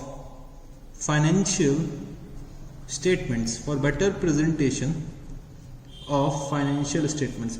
अगर मेरा अकाउंटिंग प्रैक्टिस चेंज करके, अकाउंटिंग के मेथड को चेंज करके मेरे फाइनेंशियल स्टेटमेंट्स जो हैं, फाइनेंशियल स्टेटमेंट्स मतलब मेरे balance sheet, profit and loss, cash flow statement और अच्छी तरह से प्रेजेंट हो सकते हैं और अच्छी तरह से हम लोग चीजें डिस्क्लोज कर सकते हैं अपने ओनर्स को, शेयर होल्डर्स को. ठीक है, तो हम लोग क्या करेंगे, अपने अकाउंटिंग के प्रैक्टिसेस को चेंज करेंगे. ठीक है, तो 3 रीजन क्या होते हैं, if the law requires, if the as requires, या फिर for better presentation of financial statements, तभी हम अपने अकाउंटिंग के प्रैक्टिसेस को चेंज करेंगे, हम अपने कंसिस्टेंसी के कॉन्सेप्ट को तभी ब्रेक कर सकते हैं जब हमारा इन तीनों में से कोई एक रीजन सेटिस्फाइड हो, ठीक है, इन तीनों में से कोई एक रीजन सेटिस्फाइड हो, ठीक है। तो चलो जी सर, हमें ये भी समझ में आ गया। तो जो हमारा नेक्स्ट अजम्पशन क्या होता है, अक्रूवल। अक्रूवल का सर क्या मतलब होता है, सर ये भी हमें बता दीजिए। तो बच्चे जैसे मैं एक एग्जांपल लेता हूं, ठीक है, एक एग्जांपल लेता हूं। तो 1 अप्रैल 2015 है, ठीक है, 1 अप्रैल 2015 को मेरा अकाउंटिंग ईयर शुरू हुआ और 31 मार्च 2016 में मेरा अकाउंटिंग ईयर एंड हो जाएगा, ठीक है, 31 मार्च में मेरा अकाउंटिंग ईयर एंड हो जाएगा। मैंने क्या करा, 26 मार्च 2016 को कुछ गुड्स परचेज करे, goods purchased from Shyam. Goods purchase from Shyam कितना है, 10,000 रुपीज, ठीक है। और यहां पे मेरा क्या आ गया, ईयर एंड हो गया, ठीक है, यहां पे मेरा क्या हो गया, ईयर एंड हो गया। और जो मैंने इसका पेमेंट करा, इसका पेमेंट मैंने कब करा, 10 अप्रैल 2016 को मैंने इसका पेमेंट कर दिया, ठीक है, पेमेंट ऑफ ₹10,000, ठीक है। अब जब मैंने 31 मार्च को मैंने क्या करा होगा, इसकी रिकॉर्डिंग करी होगी कि नहीं करी होगी, हमारे बैलेंस शीट में ये अपेयर हो रहा होगा कि नहीं हो रहा होगा। तो बच्चे हम लोग अकाउंटिंग में एक अजम्पशन फॉलो करते हैं कि जैसे ही कोई एक ट्रांजैक्शन अकर हो, हमें उसको तुरंत ही अपने बुक्स ऑफ अकाउंट्स में रिकॉर्ड कर लेना, ठीक है। तो जैसे ही 26 मार्च को ये ट्रांजैक्शन अकर हुआ है, जो ये ट्रांजैक्शन अकर हुआ है, हम लोग तुरंत ही इसको रिकॉर्ड कर लेंगे अपने बुक्स ऑफ अकाउंट्स में, ठीक है। 26 मार्च को ही हम लोग इसको रिकॉर्ड कर लेंगे अपने बुक्स ऑफ अकाउंट्स में। हम लोग ये वेट नहीं करते कि हमने इसका पेमेंट करा है कि नहीं करा है, जैसे कि मैंने आपको एक्सपेंसेस और इनकम के लिए बताया था, ठीक है। तो हम इसको क्या करेंगे, 26 मार्च को अकाउंट फॉर कर लेंगे अपने बुक्स ऑफ अकाउंट्स में, ठीक है, अपने बुक्स ऑफ अकाउंट्स में 26 मार्च को अकाउंट फॉर कर लेंगे और हमारे 31 मार्च को ये अपेयर होगा हमारे बैलेंस शीट में। और हम लोग इसका जो पेमेंट होगा वो हम लोग कब कर देंगे, 10 अप्रैल को, ठीक है, 10 अप्रैल को। तो इसको आप लोग क्विकली मेरे साथ नोट कर लीजिएगा, a transaction is recorded in the books. A transaction is recorded in the books when it takes place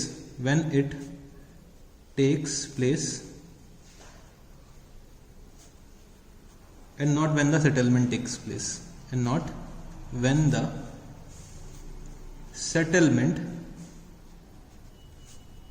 place, ठीक है। ट्रांजैक्शन हमें तुरंत ही अपने बुक्स ऑफ अकाउंट्स में अकाउंट फॉर करना पड़ेगा जैसे ही अकर हुआ, ठीक है, जैसे ही अकर हुआ हम अपने अकाउंट ट्रांजैक्शन को रिकॉर्ड कर लेंगे, ठीक है। तो चलो जी, ये कॉन्सेप्ट भी हमारा हो गया। सो हम लोगों ने अपने 3 फंडामेंटल अकाउंटिंग अजम्पशंस को पढ़ लिया। एक क्या होता था हमारा गोइंग कंसर्न का मतलब हम लोग ये अज्यूम करते हैं कि जो हमारा बिजनेस है उसकी लाइफ क्या होगी, नेवर एंडिंग है, ठीक है। उसके बाद जो हमारा गोइंग कंसर्न के बाद कंसिस्टेंसी हम लोगों ने समझा। कंसिस्टेंसी में क्या होता है, जो भी हम लोग अकाउंटिंग के मेथड्स, अकाउंटिंग की प्रैक्टिसेस को जो अडॉप्ट करते हैं वो एक फिक्स्ड पीरियड, मतलब कुछ टाइम पीरियड के लिए अडॉप्ट करते हैं, ठीक है। मतलब मिनिमम 4 से 5 साल के लिए हमें कोई एक अकाउंटिंग प्रैक्टिस को अगर हम लोग लाते हैं बिजनेस में तो हमें उसे अडॉप्ट करना है, कम से कम 4 से 5 साल वो चीज़ चलानी है, जिससे कि क्या हो, कंसिस्टेंसी रहे, ठीक है, कंसिस्टेंसी रहे। फिर हम लोगों ने पढ़ा अक्रूवल के बारे में। अक्रूवल में क्या होता है कि जैसे ही कोई ट्रांजैक्शन अकर हुए, ठीक है, जैसे कोई ट्रांजैक्शन अकर हुए हमें तुरंत ही हमें अपने बुक्स ऑफ अकाउंट्स में अकाउंट फॉर करना है, ठीक है, हमें अपने बुक्स ऑफ अकाउंट्स में उसे अकाउंट फॉर करना है, ठीक। हमें ये नहीं वेट करना है कि उसका सेटलमेंट हुआ है कि नहीं हुआ है, उसका सेटलमेंट हुआ है कि नहीं हुआ है, whether cash has been paid और नॉट, और whether the cash has been received और नॉट, उससे हमें मतलब है नहीं। बस हमें इतना इंश्योर करना है कि ट्रांजैक्शन अकर हुआ है तो हमें अपने बुक्स ऑफ अकाउंट्स में उसे अकाउंट फॉर करना है। तो चलो जी सर, हमें ये बात भी समझ में आ गई। अच्छी बात है बच्चे, अच्छी बात है। तो चलो हम लोग अपने जो ये डिस्कशन को और आगे लेके चलते हैं, और इसी के बेसिस पर अकाउंटिंग कन्वेंशंस पे जाने से पहले हमें एक चीज़ और समझनी है, एक चीज़ और जाननी है। वो क्या होती है वो भी हम लोग चलो डिस्कस कर लेते हैं। देखो, अकाउंटिंग बच्चे 2 बेसिस पे होती है, एक होता है कैश बेसिस, एक होता है अक्रूवल बेसिस। तो अक्रूवल तो अभी हम लोगों ने डिस्कस कर लिया, अब हम लोग कैश बेसिस ऑफ अकाउंटिंग भी समझ लेते हैं। तो basis of accounting basis of accounting. तो बेसिस ऑफ अकाउंटिंग हम लोग दो बेसिस में करते हैं। एक होता है हमारा अक्रूअल बेसिस, जो अभी हम लोगों ने समझा, और एक होता है हमारा कैश बेसिस। ठीक है, अक्रूअल बेसिस और कैश बेसिस। तो अक्रूअल बेसिस में बच्चे, अक्रूअल बेसिस में हम लोगों ने अभी समझा था कि चाहे वो कैश का ट्रांजैक्शन हो, चाहे वो क्रेडिट का ट्रांजैक्शन हो, हमें अपने बुक्स ऑफ अकाउंट्स में इंश्योर करना है both cash and credit transactions, both cash and credit transactions are recorded, both cash and credit transactions are recorded. ठीक है, बोथ कैश और क्रेडिट ट्रांजैक्शंस। जब हम लोग cash basis of accounting follow करते हैं, ठीक है, इसी एग्जांपल को मैं कंटिन्यू करता हूँ, इसी एग्जांपल को, जैसे कि मैंने ये एग्जांपल लिया था, मैंने गुड्स परचेज करे थे शाम से 10,000 रुपए के। ठीक है, 10,000 रुपए के परचेज करे और मैंने पेमेंट नेक्स्ट ईयर में जाके करा कितना, 10,000 रुपए का। ठीक है, तो इस ट्रांजैक्शन को अगर हम लोग cash basis of accounting follow करते हैं, अगर हम लोग cash basis of accounting follow करते हैं, तो इस ट्रांजैक्शन को जब एक्चुअल में कैश का सेटलमेंट होगा तब हम लोग अपने बुक्स ऑफ अकाउंट्स में अकाउंट फॉर करेंगे। ठीक है, बुक्स ऑफ अकाउंट्स में तभी हम लोग नोट डाउन करेंगे, तभी हम लोग रिकॉर्ड करेंगे जब एक्चुअली में कैश का पेमेंट होगा। हमने ट्रांजैक्शन अगर करा, कुछ करा कि नहीं करा, मतलब गुड्स परचेज क्रेडिट पे करे, तो हम अपने बुक्स ऑफ अकाउंट्स में नहीं करेंगे। कैश बेसिस का मतलब क्या हुआ, कैश का आदान प्रदान, कैश का आना जाना ही हमारा क्या होता है, कैश बेसिस ऑफ अकाउंटिंग। तो हमें इंश्योर क्या करना है, अगर हम लोग cash basis of accounting follow करते हैं, अगर हम लोग cash basis of accounting follow करते हैं, तो हमें क्या करना है, जब मेरे पास कैश एक्चुअली में आ जाएगा या कैश मेरे पास से चला जाएगा, तभी हम लोग अपने ट्रांजैक्शंस को बुक्स ऑफ अकाउंट्स में रिकॉर्ड फॉर करेंगे। वेयर एज एक्रूअल बेसिस में हम लोग क्या करते हैं, अगर ट्रांजैक्शन अकर हो गया, वेदर कैश आया या नहीं आया, या कैश गया या नहीं गया, उससे हमें मतलब नहीं है। ठीक है, उससे हमें कोई भी मतलब नहीं है। ठीक है, तो अक्रूअल बेसिस ऑफ अकाउंटिंग जो होती है वो मैक्सिमम मतलब 99% केसेस में, 99% केसेस में, या मैं इससे ज़्यादा कह दूँ तो 99.99% केसेस में हर जगह आपको अक्रूअल बेसिस ही मिलेगा। 0.01% आपको क्या मिलेगा, कैश बेसिस ऑफ अकाउंटिंग कहीं देखने को मिलेगा। मतलब जनरली ये कुछ प्रोफेशनल्स फॉलो करते हैं। ठीक है, जो लोग कुछ सर्विसेज प्रोवाइड करते हैं वही लोग generally cash basis of accounting follow करते हैं, वो भी बहुत ही लिमिटेड लोग। ठीक है, बहुत ही लिमिटेड लोग। ठीक है, तो चलो जी, तो इसमें हम लोग जैसे कि लिख रहे थे both cash and credit transactions are recorded. ठीक है, इसमें हम लोग क्या लिख सकते हैं, only cash transactions are recorded, only cash transactions are recorded. फिर हम लोगों ने क्या समझना है एक चीज, करेक्ट प्रॉफिट और loss is ascertain, correct profit और लॉस इज असर्टेन। जब हम लोग अक्रूअल बेसिस पे करते हैं तो हम लोग सही प्रॉफिट एंड लॉस निकाल सकते हैं, वेयर एज करेक्ट प्रॉफिट और लॉस इज नॉट असर्टेन। ठीक है, करेक्ट प्रॉफिट और loss is not ascertain. Accrual is recognized by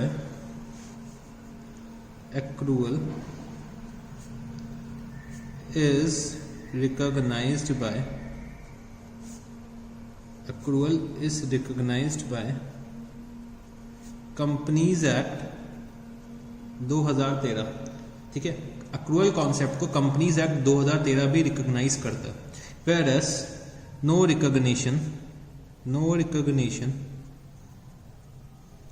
by the Companies Act, no recognition by the Companies Act। ठीक है, no recognition by the Companies Act 2013। ठीक है, अगर मैं और डिफरेंसेस लिखना चाहूँ तो हमारा जो अक्रूअल बेसिस ऑफ अकाउंटिंग होता है वो ज़्यादा रिलायबल होता है, मोर रिलायबल। ठीक है, मोर रिलायबल। ठीक है, मोर रिलायबल। और जो हमारा ये होता है लेस रिलायबल। फिर जो हमारा आता है आउटस्टैंडिंग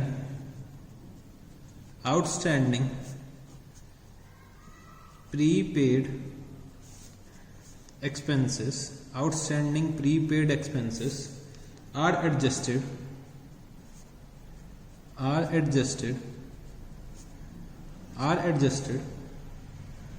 in these basis।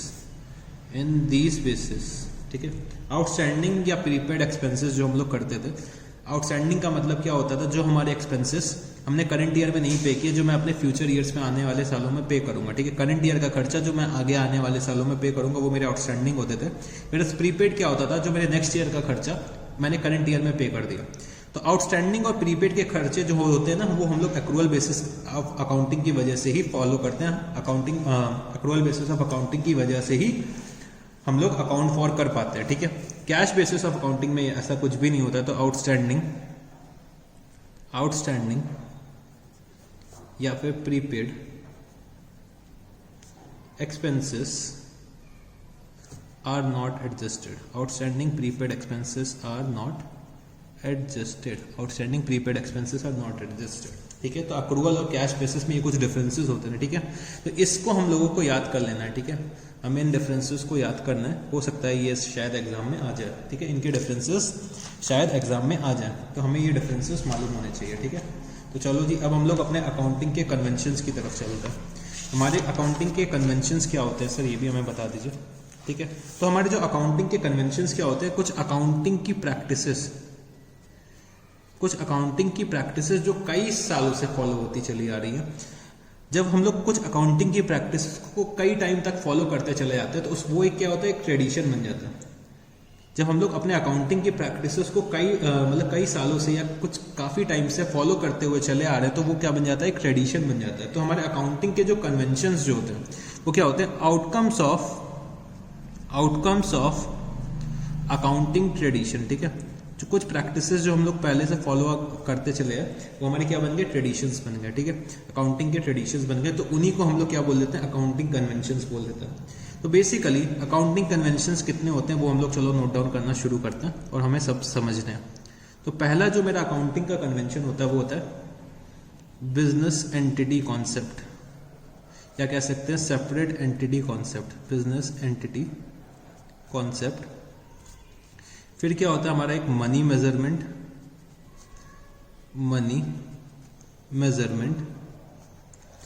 फिर एक हमें पढ़ना है क्या, अकाउंटिंग पीरियड। फिर हमें समझना है फुल डिस्क्लोजर कॉन्सेप्ट,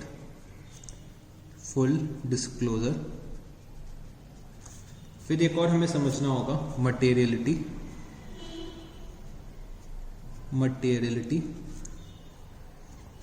फिर हमें समझना है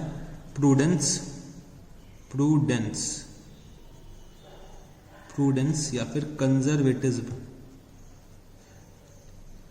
ये एक बहुत इंपॉर्टेंट कॉन्सेप्ट है, ठीक है। प्रूडेंस और कंजर्वेटिज्म, इसको मार्क कर लेना अलग से, ये बहुत आगे चल के यूज होगा।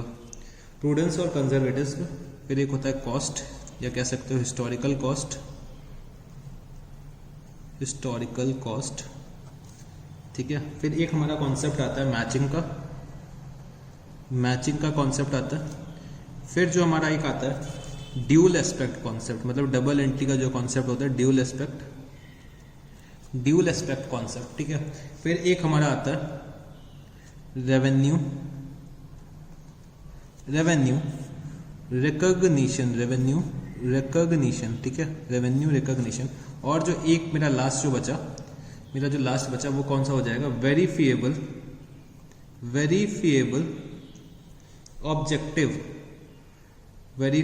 ऑब्जेक्टिव एविडेंस कॉन्सेप्ट, ठीक है, वेरीफिएबल ऑब्जेक्टिव एविडेंस कॉन्सेप्ट। तो हमें इतने अकाउंटिंग के कन्वेंशंस डिस्कस करने हैं, ठीक है। इतने अकाउंटिंग के कन्वेंशंस को मेरे को क्या करना है, डिस्कस करना है। तो चलो हम लोग एक एक करके सबको डिस्कस करना शुरू करते हैं, एक एक करके हम लोग सबको समझने की कोशिश करते हैं।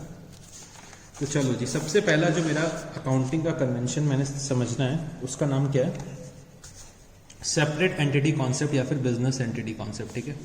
सेपरेट एंटिटी कॉन्सेप्ट बोल सकते हैं हम लोग उसे, या फिर बिजनेस एंटिटी कॉन्सेप्ट बोल सकते हैं। तो चलो जी लिखते हैं पहला हमारा अकाउंटिंग का कन्वेंशंस। अगर मैं इसमें हेडिंग डाल दूं अकाउंटिंग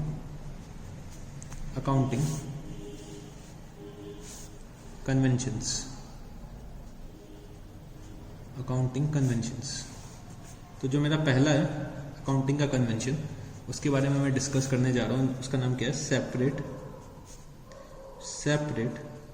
एंटिटी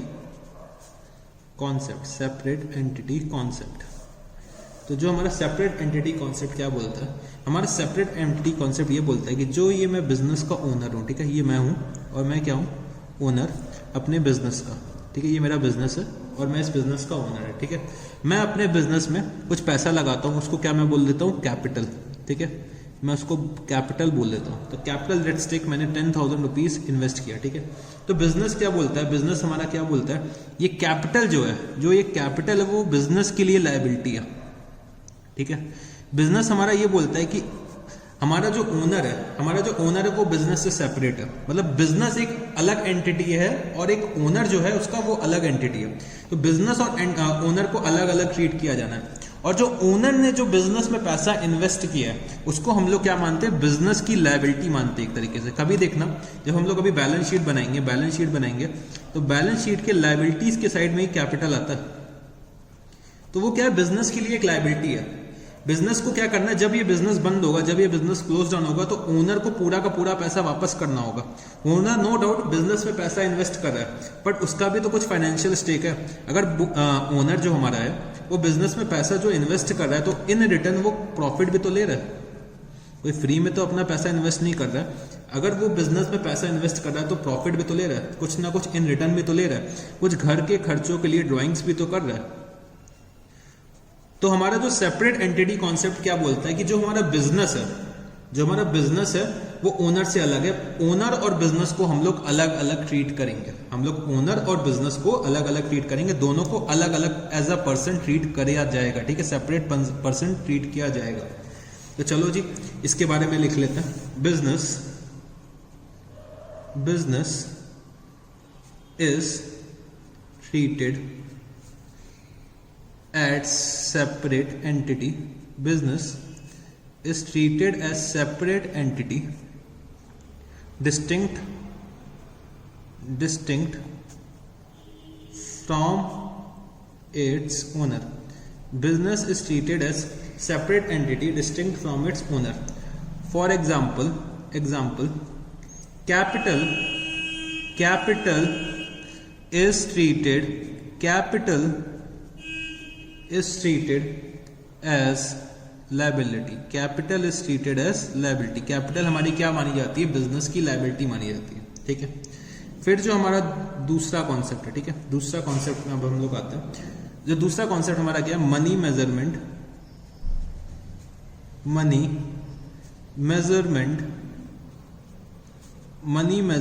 प्रिंसिपल, ठीक है, मनी मेजरमेंट प्रिंसिपल या मनी मेजरमेंट कॉन्सेप्ट हम लोग बोल सकते हैं। तो ये कॉन्सेप्ट हमारा क्या बोलता है कि जो हमारे बिजनेस के ट्रांजैक्शंस होते हैं, ठीक है, जो हमारे बिजनेस के ट्रांजैक्शंस होते हैं, जब तक हम लोग उसको मनी टर्म्स में क्वांटिफाई नहीं कर पाते हैं, जब तक हम लोग उसे मनी वैल्यू में एक्सप्रेस नहीं कर सकते, हम अपने बुक्स ऑफ अकाउंट्स में रिकॉर्ड नहीं करेंगे। ये चीज हम लोगों ने पहले भी समझी थी। तो फिर से वही चीज, वही कॉन्सेप्ट हमारा यही बोलता है कि transactions and events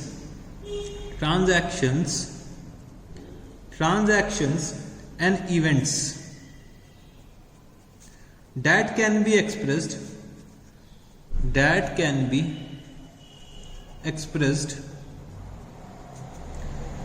in terms of money are recorded in the books of account, books of account. तो transactions and events that can be expressed in terms of money. अगर हम लोग अपने ट्रांजैक्शंस को जब तक मनी के टर्म्स में एक्सप्रेस नहीं कर लेते, तब तक हम उन ट्रांजैक्शंस को अपने बुक्स ऑफ अकाउंट्स में रिकॉर्ड नहीं कर सकते, ठीक है। तो मनी मेजरमेंट प्रिंसिपल हमारा यही बोलता है, ठीक है। तो चलो जी हम लोग अपने नेक्स्ट प्रिंसिपल की तरफ बढ़ते हैं। जो हमारा तीसरा कॉन्सेप्ट है वो हमारा क्या है, अकाउंटिंग पीरियड प्रिंसिपल, ठीक है, accounting period principal.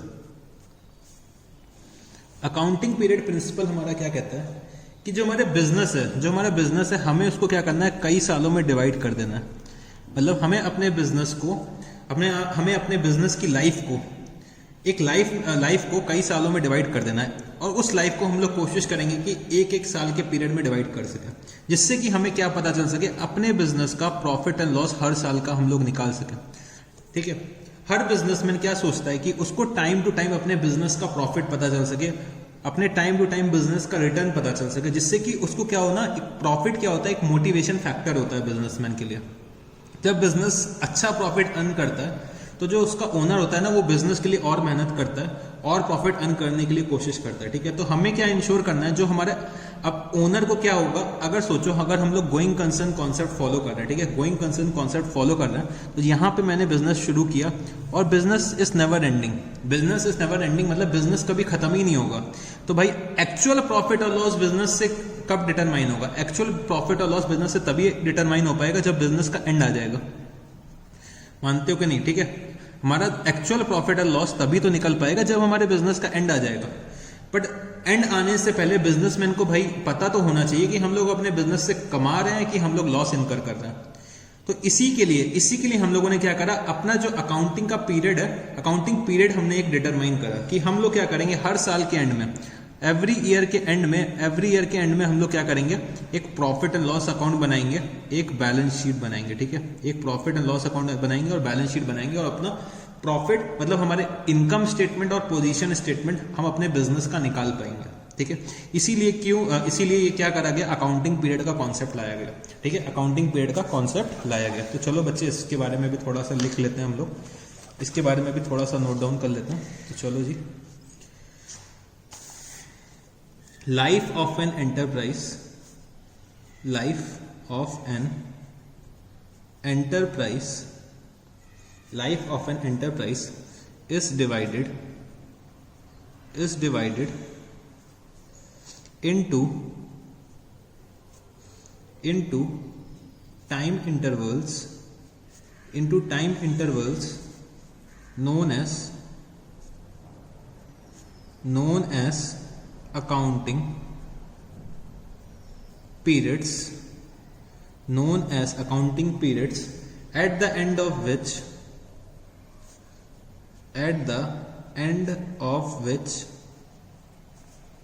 income statement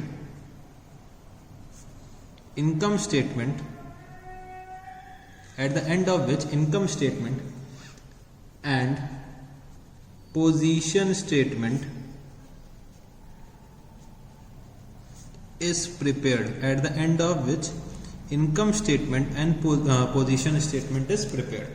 तो चलो जी, इसको समझने की कोशिश करते हैं। जो हमारा इनकम स्टेटमेंट क्या होता है, प्रॉफिट एंड लॉस, और जो हमारा पोजीशन स्टेटमेंट क्या होता है, हमारी बैलेंस शीट। ठीक है, हमारी बैलेंस शीट और हमारा profit and loss, income statement और पोजीशन स्टेटमेंट। ठीक है, चलो जी, अकाउंटिंग पीरियड प्रिंसिपल भी सर हमें समझ में आ गया, ये क्यों करते हैं हमें ये भी समझ में आ गया। तो चलो जी, हम लोग अपने नेक्स्ट प्रिंसिपल या नेक्स्ट कॉन्सेप्ट की तरफ बढ़ते हैं। तो जो हमारा नेक्स्ट कॉन्सेप्ट है वो है हमारा कौन सा है, full disclosure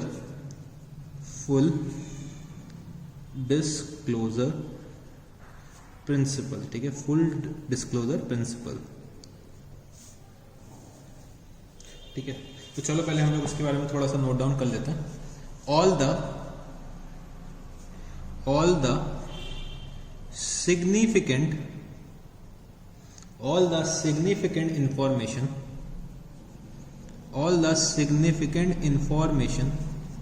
should be fully disclosed in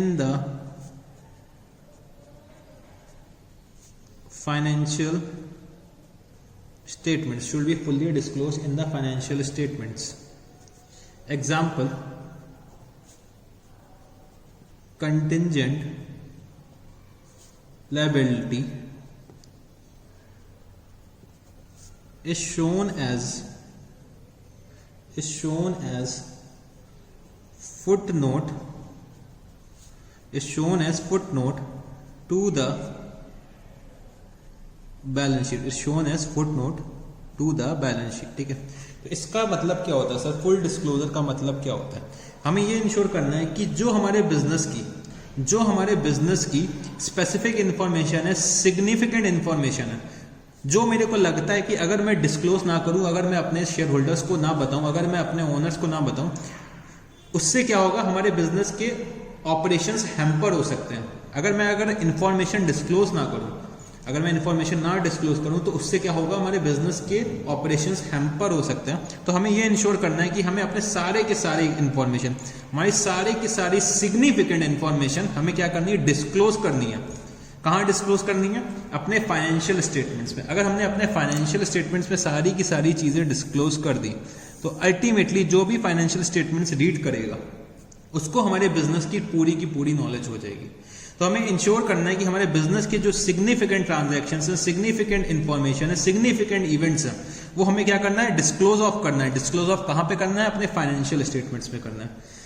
sir ये कंटिजेंट लायबिलिटीज क्या होती हैं? बच्चे कंटिजेंट लायबिलिटीज के लिए एक चैप्टर आएगा अभी आपका आगे चल के, उसमें हम लोग बहुत डिटेल में डिस्कस करेंगे। बट अभी के लिए मैं इतना बता देता हूँ, ये लायबिलिटीज हमारी वो लायबिलिटीज होती हैं जो अभी तक अराइज नहीं हुई हैं, ठीक है, जो हमें लगता है कि फ्यूचर में हो सकता है हमें पे करना पड़ जाए।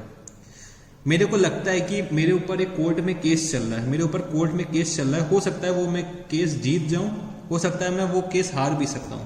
अगर मैं केस हार जाता हूं, ठीक है, मेरे कस्टमर ने मेरा जो कस्टमर है वो एक्स है, ठीक है, उसने मेरे ऊपर क्या कर दिया, कोर्ट में केस कर दिया, और मेरे को डर है कि मैं ये केस जीत भी सकता हूं और हार भी सकता हूं। अगर मैं जीत गया तो कोई दिक्कत नहीं है, अगर मैं हार गया तो मेरे को कस्टमर को 1 लाख रुपए देने पड़ेंगे, ठीक है, मेरे को 1 लाख रुपए देने पड़ेंगे। तो ये मेरे बिजनेस के लिए क्या हो गई, कंटिजेंट लायबिलिटी हो गई। मेरे बिजनेस के लिए क्या हो गई, कंटिजेंट लायबिलिटी, कि मेरे को हो सकता है शायद फ्यूचर में देना पड़े। तो ये लायबिलिटी एक्चुअली में अभी तक अराइज नहीं हुई है, शायद हो सकता है फ्यूचर में अराइज हो। तो ये भी मेरे बिजनेस के लिए एक सिग्निफिकेंट इन्फॉर्मेशन है जो मेरे ओनर्स या मेरे शेयर होल्डर्स को मालूम होना चाहिए। सर ये 1 लाख तो बहुत छोटा सा अमाउंट है, क्या पता बच्चे अगर यही अमाउंट 10 करोड़ का होता तब तो सिग्निफिकेंट होता ना। तो जितना बड़ा बिजनेस उसके हिसाब से अमाउंट, ठीक है। तो फुल डिस्क्लोजर में हमें क्या करना है, हर चीज हमें क्या करके चलना है, डिस्क्लोज करते हुए चलना है, ठीक है सर, ठीक है, हमें ये बात भी समझ में आ गई। तो चलो जी, मटेरियलिटी, ठीक है, चलो इसके बारे में भी हम लोग डिस्कस कर लेते हैं। तो मटेरियलिटी हमारा क्या होता है, मटेरियलिटी का मतलब होता है, मटेरियलिटी मीन्स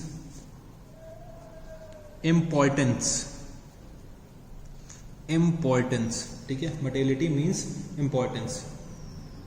तो इसके बारे में और लिख लेते हैं, items having significant information, having significant effect, having significant items having significant effect should be disclosed. Items having significant effect should be disclosed, ठीक है। मेरे को अगर लगता है किसी एक ट्रांजैक्शन से मेरे बिजनेस में कुछ इफेक्ट आएगा, मेरे को अगर सिंगल ट्रांजैक्शन से अगर मेरे को लगता है कि मेरे को कुछ इफेक्ट आएगा, तो हमें क्या करना है, उसको सेपरेटली डिस्क्लोज करना है। मतलब जितना हमें क्या करना है, अपने ट्रांजैक्शंस को क्वांटिफाई करना है, हमें उसको अलग करना है उसके on the basis of their importance. Sir अभी भी हमें नहीं समझ में आया, तो चलो बच्चे मैं एक एग्जाम्पल और अच्छा सा लेता हूँ जिससे और अच्छे से समझ में आ सके। तो लेट्स से ये हमारे जो हैं, ये हमारे कौन है, ये हमारे हैं बिल गेट्स। ये हमारे कौन है, बिल गेट्स, ठीक है, बिल गेट्स हैं ये हमारे। ये कहीं रास्ते से ऐसे जा रहे थे, तो कहीं रास्ते में इनका 1000 रुपए का नोट, 1000 नोट का तो नोट अब बंद हो चुका है, 2000 रुपए का नोट कहीं रास्ते में गिर गया, ठीक है। ये 2000 रुपए का नोट रास्ते में गिर गया, तो क्या ये इनके लिए मटेरियल है? नहीं सर, बिल्कुल भी नहीं मटेरियल है, क्योंकि वो इतने पैसे वाले हैं। तो इनके लिए 2000 रुपए की चीज कुछ मटेरियल नहीं है, ठीक है, 2000 रुपए के लिए ये चीज मटेरियल नहीं है। अब यहाँ से क्या है, एक आम आदमी, ठीक है, एक आम आदमी जा रहा है, जैसे कि मैं ये चलता हुआ रास्ते में जा रहा था, मेरा रास्ते में 2000 रुपए का नोट गिर गया, तो ये बच्चे मेरे लिए बहुत मटेरियल है। मैंने अपने 2000 रुपए खो दिए, ठीक है, तो ये मेरे लिए मटेरियल है। तो मटेरियलिटी का जो कॉन्सेप्ट होता है वो पर्सन टू पर्सन डिफर करता है। हो सकता है कोई चीज मेरे लिए इंपॉर्टेंट हो, कोई ट्रांजैक्शन मेरे लिए इंपॉर्टेंट हो, बट दूसरे बंदे के लिए वो इंपॉर्टेंट ना हो। वो ये मटेरियलिटी का कॉन्सेप्ट क्या होता है, बिजनेस टू बिजनेस वेरी करता है। तो ये चीज मेरे लिए 2000 का नोट मेरे लिए बहुत मटेरियल था, बट बिल गेट्स के लिए इंपॉर्टेंस ही नहीं है, ठीक है, इंपॉर्टेंस ही नहीं है इसकी। तो होप सो ये चीज भी आपको समझ में आ गई होगी, ठीक है। कंपनीज एक्ट में एक अभी आप लोग लिमिट पढ़ेंगे कंपनीज एक्ट 2013 में, उसमें दे रखा हुआ है कि अगर 1 लाख रुपए से ज्यादा का एक्सपेंस है, ठीक है, 1 लाख रुपए से ज्यादा का एक्सपेंस है तो हमें उसको सेपरेटली डिस्क्लोज ऑफ करना है, हमें उसको सेपरेटली अपने फाइनेंशियल स्टेटमेंट्स में डिस्क्लोज करना है। ये आप लोग जब कंपनीज एक्ट 2013 पढ़ेंगे तब आप उसमें ये चीज़ समझेंगे और ये चीज़ देखेंगे, ठीक है। चलो जी और आगे बढ़ता। सर आप तो हमें कंपनीज एक्ट की बातें भी बताते रहते हैं। हाँ बच्चे, हाँ मेरा जो अकाउंट्स का सब्जेक्ट है वो सारे लॉस से रिलेटेड है, हमें अपने लॉस को साथ ही साथ पैरेलल लेके चलना होगा। जब हम लोग किसी स्पेसिफिक चीज़ के बारे में पढ़ेंगे तो हमें अपने लॉस को भी कंसिडर करना पड़ेगा। चलो जी, तो हमने मटेरियलिटी पढ़ा, ठीक है। अगला जो हमारा कॉन्सेप्ट है उसको हम लोग क्या बोल देते हैं, उसको हम लोग क्या बोल देते हैं, प्रूडेंस, या उसको एक और नाम से हम लोग जानते हैं conservatism. Conservatism, prudence oblique conservatism. तो इस कॉन्सेप्ट को वेरी वेरी इंपॉर्टेंट कर लेना, ठीक है, वेरी वेरी इंपॉर्टेंट, ठीक है। ये कॉन्सेप्ट बहुत अच्छे से आना चाहिए, ये कॉन्सेप्ट आगे चल के आपको बहुत दिखने वाला आगे चल के। तो इस कॉन्सेप्ट को हमें बहुत अच्छे से समझना है, ठीक है, समझने की कोशिश करना, ठीक है। एक मैं बेसिक सा एग्जांपल लेता हूँ पहले, सबसे पहले मैं एक बेसिक सा एग्जांपल लेता हूँ। ये लोग कौन है, ये आप हो, ठीक है, ये आप हो, आपका नाम क्या है, एक्स, आपका नाम है एक्स, ठीक है। आप क्या करते हो, स्कूल जाते हो, स्कूल गए, सर हम लोग तो स्कूल पास आउट हो चुके हैं। बच्चे सोच लो, फिर से एक बार सोच लो, फिर से एक बार मौका ले लो स्कूल जाने का। तो चलो हम लोग एक बार फिर से स्कूल गए, ठीक है। स्कूल में अनाउंस हुआ कि हमारा जो टेस्ट है वो कल से होंगे, टेस्ट जो होंगे हमारे एग्जाम्स होंगे वो कल से होंगे, ठीक है। तो मैंने क्या सोचा कि कल से मेरे को टेस्ट देने हैं, तो मैं पहला पेपर देने गया, फर्स्ट पेपर देने गया, मेरा पेपर बहुत अच्छा हुआ, मैंने सोचा कि मेरे 100 में एटलीस्ट 90 मार्क्स तो आ ही जाएंगे, ठीक। मेरा जो दूसरा पेपर था वो भी मैंने बहुत अच्छे से करा, मैंने सोचा कि 100 में मेरे 85 तो आ ही जाएंगे। तीसरा पेपर मैंने जो दिया उसमें मैंने सोचा कि 70 मार्क्स तो आ ही जाएंगे, ठीक है। फिर जब मैंने तीनों पेपर दे दिए, मैं दौड़ता अपने पेरेंट्स के पास गया, ये मेरे पेरेंट्स थे, मैं दौड़ता मैं अपने पेरेंट्स के पास गया, मैंने पेरेंट्स से बोला कि मेरे पेपर बहुत अच्छे हुए हैं और मेरे जो फर्स्ट पेपर में 90 मार्क्स आ जाएंगे, 85 मार्क्स आ जाएंगे सेकंड में, और थर्ड पेपर में मेरे 70 मार्क्स आ जाएंगे। तो पेरेंट्स ने सुना है अभी तक तो मेरे बच्चे के नंबर ही नहीं आते थे, अब इतने अच्छे नंबर कहाँ से आएंगे। तो पेरेंट्स को डर था कि कहीं ना कहीं ये थोड़ा सा झूठ बोल रहा होगा, पेरेंट्स को डर होगा कि थोड़ा कहीं ना कहीं झूठ बोल रहा होगा। इसने बोला है 90, तो हो सकता है शायद 90 या ये बोल रहा है तो 80 नंबर आ जाए, शायद ये 85 बोल रहा हो तो चलो भाई 75 तक आ जाए, ये 70 बोल रहा है तो चलो भैया 65 तक आ ही जाने चाहिए जब इतने ज्यादा वो ये बोल रहा है। तो हम लोग क्या करते हैं, कंजर्व कर रहे हैं अपने आप को, हम लोग एक नीचे का बेंचमार्क सेट कर लेते हैं, हम लोग अपने लॉस के लिए एक बेंचमार्क सेट कर लेते हैं। हम लोग ये एज्यूम कर लेते हैं कि हाँ भैया कि आप चलो बोल रहे हो अच्छी बात है, बट इतना तो नहीं होगा, ठीक है, इतना तो नहीं होगा। हमें डर होता है कि हमारे कहीं लॉस ना हो जाए, हमारे मार्क्स कम ना आ जाए। उसके लिए हम लोग क्या करते हैं, कुछ प्रोविजंस, ठीक है, कुछ प्रोविजंस बना के चलते हैं। हम लोग इतना सोच लेते हैं कि हाँ भाई 90 है तो मेरा मिनिमम तो 80 आ ही जाएंगे, किसी भी गिरे से गिरे हाल में मैं 80 मार्क्स तो लेकर आ ही जाऊंगा। तो हम लोग क्या कर रहे हैं, एक तरीके का प्रोविजन बना रहे हैं, एक तरीके से हम लोग क्या कर रहे हैं, डर रहे हैं, ठीक है, डर रहे हैं। सिमिलरली एक और मैं एग्जाम्पल लेना चाहता हूँ, ठीक है। लेट्स से ये मेरा बिजनेस है, ठीक है, ये मेरा बिजनेस है। मैंने क्या करा, मैंने एक्स को गुड्स सेल करे, ठीक है, गुड्स सेल करे और मैंने 50,000 रुपीज़ की सेल्स करी, ठीक है, 50,000 रुपीज़ की सेल्स करी, 50,000 रुपीज़ की मैंने जो सेल्स करी, और मेरे को कहीं से मार्केट से न्यूज़ आई कि एक्स के पास फाइनेंशियल प्रॉब्लम्स चल रही हैं, बस एक्स के पास पैसा नहीं है, हो सकता है वो शायद इंसॉल्वेंट डिक्लेयर हो जाए, शायद वो हमारा पैसा ना दे पाए। अब भैया एक्स से मेरे को रिसीव करना था 50,000 रुपये, ठीक है, मेरे को डर लग गया कि शायद ये पैसे ना दे पाए। तो कंजर्वेटिव्स का मतलब क्या होता है, कंजर्वेटिव्स का मतलब क्या होता है, अगर मेरे को डर लग रहा है कि मेरा हो सकता है फ्यूचर में कोई लॉस हो, अगर मेरे को डर लग रहा है कि मेरा हो सकता है फ्यूचर में कोई लॉस हो, तो हमें उस लॉस को अपने बुक्स ऑफ अकाउंट्स में आज ही अकाउंट फॉर करना है। लॉस भले ही फ्यूचर हो, पर मेरे को लग रहा है कि आज लग रहा है कि वो लॉस फ्यूचर में इनकर होगा, आज मेरे को लग रहा है कि वो लॉस फ्यूचर में इनकर होगा, तो उसकी अकाउंटिंग हम लोग आज ही कर लेंगे। उसी को हम लोग अपना प्रूडेंस या कंजर्वेटिव्स का कॉन्सेप्ट बोलते हैं। मेरे को लग रहा है कि 50,000 रुपए में शायद ये 50,000 रुपए में शायद ये मेरे को 30,000 रुपए दे देगा और 20,000 रुपए ना दे पाए, तो ये जो 20,000 रुपए का लॉस है उसकी बुकिंग हमें आज ही करनी होगी, मेरे को लग रहा है। तो हम लोग इसीलिए क्या करते हैं, अपने प्रोविजंस बनाते हैं, और प्रोविजंस किस कॉन्सेप्ट में बनाते हैं? अपने प्रूडेंस के बेसिस पे बनाते हैं। सर ये प्रोविजंस क्या होता है? बच्चे आगे चल के सब समझ जाओगे। किसी लॉस को कंपनसेट करने के लिए, किसी लॉस को मीट आउट करने के लिए हम लोग क्या करते हैं? प्रोविजंस बनाते हैं। हम लोग प्रोविजंस बनाते हैं, अपने प्रॉफिट का एक हिस्सा अलग कर देते हैं जिससे कि हम लोग अपने फ्यूचर की लायबिलिटी मीट कर सकें। प्रॉफिट से हम लोग क्या करते हैं? एक हिस्सा निकालते हैं और उसको अलग रख देते हैं जिससे कि हम लोग क्या कर सके? फ्यूचर की लायबिलिटी मीट कर सकें। उसी को प्रोविजन बोलते हैं। अभी बच्चे जब आगे चलोगे तो इस वर्ड को बहुत डिटेल में समझेंगे हम लोग। अभी के लिए इतना बहुत है, ठीक है। तो मेरे को लग रहा है 20,000 का लॉस हो सकता है, तो ये हम क्या करेंगे? इसका प्रोविजन बना लेंगे। तो प्रूडेंस या कंजर्वेटिव्स का कॉन्सेप्ट क्या बोलता है? प्रूडेंस या कंजर्वेटिव्स का कॉन्सेप्ट क्या बोलता है? हमें अपने एंटीसिपेटेड लॉसेस को अपने बुक्स ऑफ अकाउंट्स में अकाउंट फॉर करना है, ठीक है। तो चलो जी एक चीज और, एक एग्जांपल और हम लोग लेते हैं। ये हमारा बिजनेस है, ठीक है। बिजनेस में मैंने सोचा कि मैं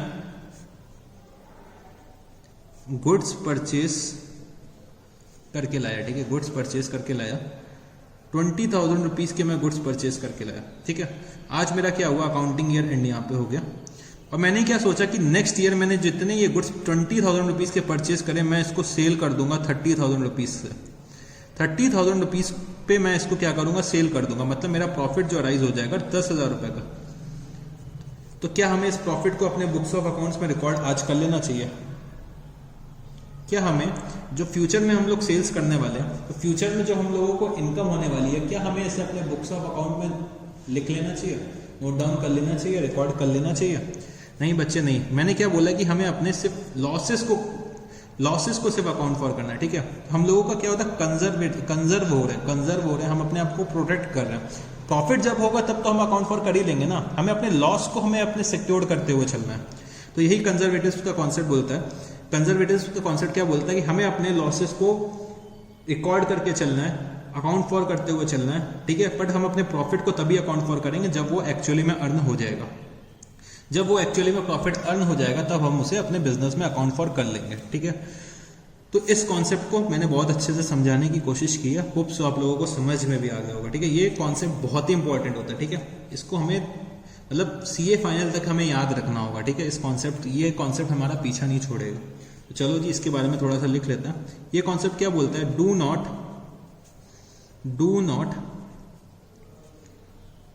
provide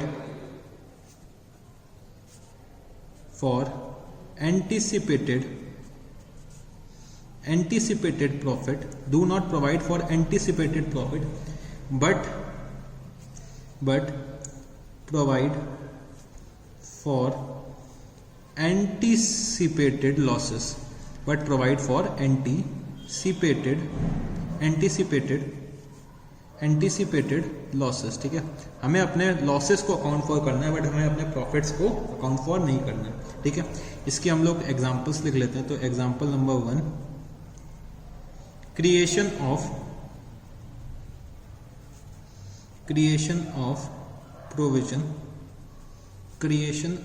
provision for doubtful debts. Creation of provision for doubtful debts, ठीक है। एक चीज और लिख लेते हैं। Closing stock is valued at cost or market price. Closing stock is valued at cost or market price whichever is lower. Closing stock को हम लोग वैल्यू करते हैं at cost or market price whichever is lower, ठीक है। इसी concept के basis पे हम लोग करते हैं, ठीक है। तो इतना इस कॉन्सेप्ट के लिए सफिशिएंट है, ठीक है। इतना इस कॉन्सेप्ट के लिए एक्सप्लेनेशन और एग्जाम्पल सफिशिएंट है। तो हमें इसको बहुत अच्छे से याद रखना है, हमें बहुत अच्छे से 1-2 बार इसको और रिवाइज करना है, ठीक है। चलो जी जो हमारा नेक्स्ट कॉन्सेप्ट होता है उसको हम लोग समझने की कोशिश करते हैं। उसका नाम क्या है? Historical cost principle. Historical cost principle. तो सर ये हिस्टोरिकल कॉस्ट प्रिंसिपल क्या होता है? तो चलो बच्चे हम लोग डिस्कस करते हैं, इसके बारे में नोट डाउन करते हैं। मतलब कि इसके बारे में हम लोग नोट डाउन करते हैं। The asset is recorded in the books of account the asset is recorded in the books of accounts at cost price, at cost price, या ब्रैकेट में लिख सकते हैं the price at which, the price at which it is purchase, the price at which it is purchase. ठीक है, the asset में मैं more specific हो जाऊं तो हमारे बिजनेस के जो फिक्स्ड एसेट्स हैं, ठीक है, जो हमारे बिजनेस के फिक्स्ड एसेट्स होते हैं उनको हमें अपने बुक्स ऑफ अकाउंट्स में एट कॉस्ट पे रिकॉर्ड करना होता है। जिस प्राइस पे हम लोग वो एसेट्स खरीद के लाए हैं, जिस प्राइस पे वो एसेट्स हम लोग खरीद के लाए हैं, उस प्राइस पे हमें अपने बिजनेस के एसेट्स को रिकॉर्ड करना होता है। ठीक है सर, अभी भी हमें इसको समझ में नहीं आया। ठीक है, चलो बच्चे एक एग्जांपल लेते हैं। जैसे कि हम लोगों ने एक मशीन परचेज करी, उसकी वैल्यू क्या थी, 10 लाख रुपए की थी। ठीक है, 10 लाख रुपीज़ की मैंने एक मशीन परचेज करी। तो मैं क्या करूंगा, जब मैं अपने बुक्स ऑफ अकाउंट्स बनाऊंगा, जो मेरी ये बुक्स बन रही हैं, ठीक है, जो ये मेरी बुक्स बन रही हैं, उसमें मैं क्या करूंगा, इस एसेट को 10 लाख रुपीज़ में रिकॉर्ड करूंगा। ठीक है, 10 लाख रुपीज़ में रिकॉर्ड करूंगा। हो सकता है 1 मंथ बाद, इसके बाद 1 मंथ बाद, आफ्टर 1 मंथ क्या हुआ, आफ्टर 1 मंथ क्या हुआ, इसकी वैल्यू जो इंक्रीज हो गई 11 लाख में। हमारी जो एसेट की वैल्यू है वो इंक्रीज हो गई कितनी, 11 लाख की हो गई। तो मैं क्या करूंगा, बट मैं अपने बिजनेस में इस एसेट को 10 लाख पे ही दिखाऊंगा। हमारा जो हिस्टोरिकल कॉस्ट का प्रिंसिपल क्या बोलता है कि हमें अपने एसेट्स को कॉस्ट प्राइस पे ही रिकॉर्ड करना है। हो सकता है कि हमारा एसेट इंक्रीज हो जाए, हमारे एसेट की वैल्यू इंक्रीज हो जाए, तो हमें उसको कंसिडर नहीं करना है। ठीक है, हमें उसको कंसिडर नहीं करना है। हमें ये इंश्योर करना है कि जो हमारे बिजनेस के एसेट्स हैं, हमारे जो बिजनेस के फिक्स्ड एसेट्स हैं, उसे हमें अपने हिस्टोरिकल कॉस्ट में, मतलब at the cost price, at the price at which it is purchased, उसी पे हमें क्या करना है, अपने एसेट्स को रिकॉर्ड करना है। ठीक है, हमें अपने एसेट्स को रिकॉर्ड करना है। हो सकता है कि एसेट्स पे डेप्रीसिएशन लगता होगा। डेप्रीसिएशन अगर लगता है तो हमें क्या करना है, एसेट की वैल्यू में से डेप्रीसिएशन को माइनस करके हमें दिखाना है अपने बुक्स ऑफ अकाउंट्स में। ठीक है, हमें अपने बुक्स ऑफ अकाउंट्स में उसको माइनस करके दिखाना होगा, बट हम अपने एसेट्स को अपने हिस्टोरिकल कॉस्ट पे ही दिखाएंगे। ठीक है, तो चलो जी, एक कॉन्सेप्ट और हमारा हो गया। चलो हम लोग अपने अगले कॉन्सेप्ट की तरफ बढ़ते हैं। जो हमारा अगला कॉन्सेप्ट है, वो हमारा क्या है, मैचिंग प्रिंसिपल। चलो इसके बारे में थोड़ा सा लिखते हैं। Cost incurred during a particular period, cost incurred during a particular period should be matched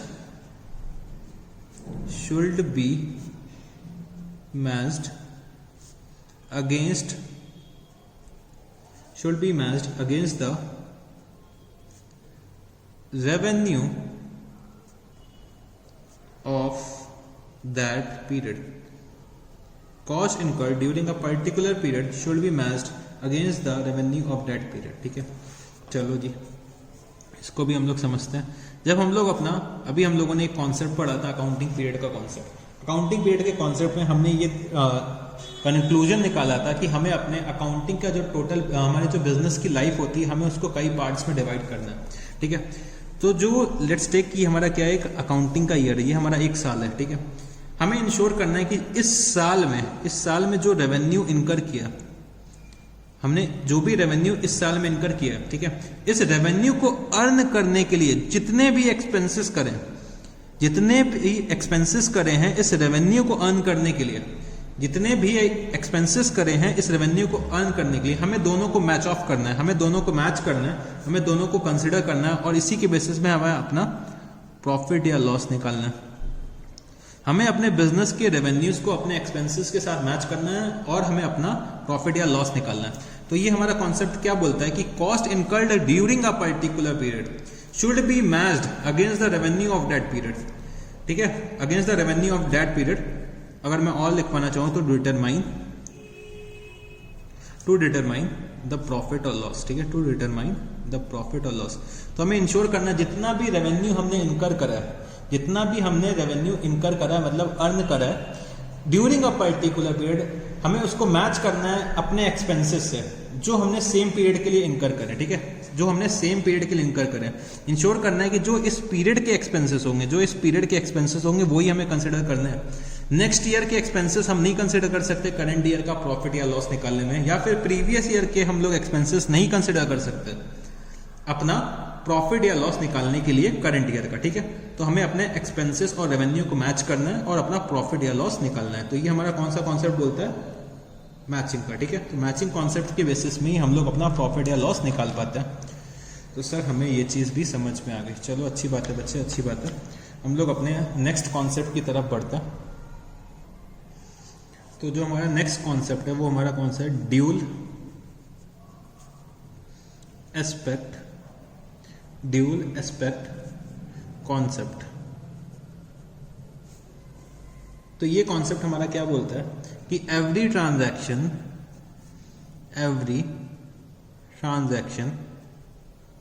has two aspects. Every transaction has two aspects. That is, one is recorded on the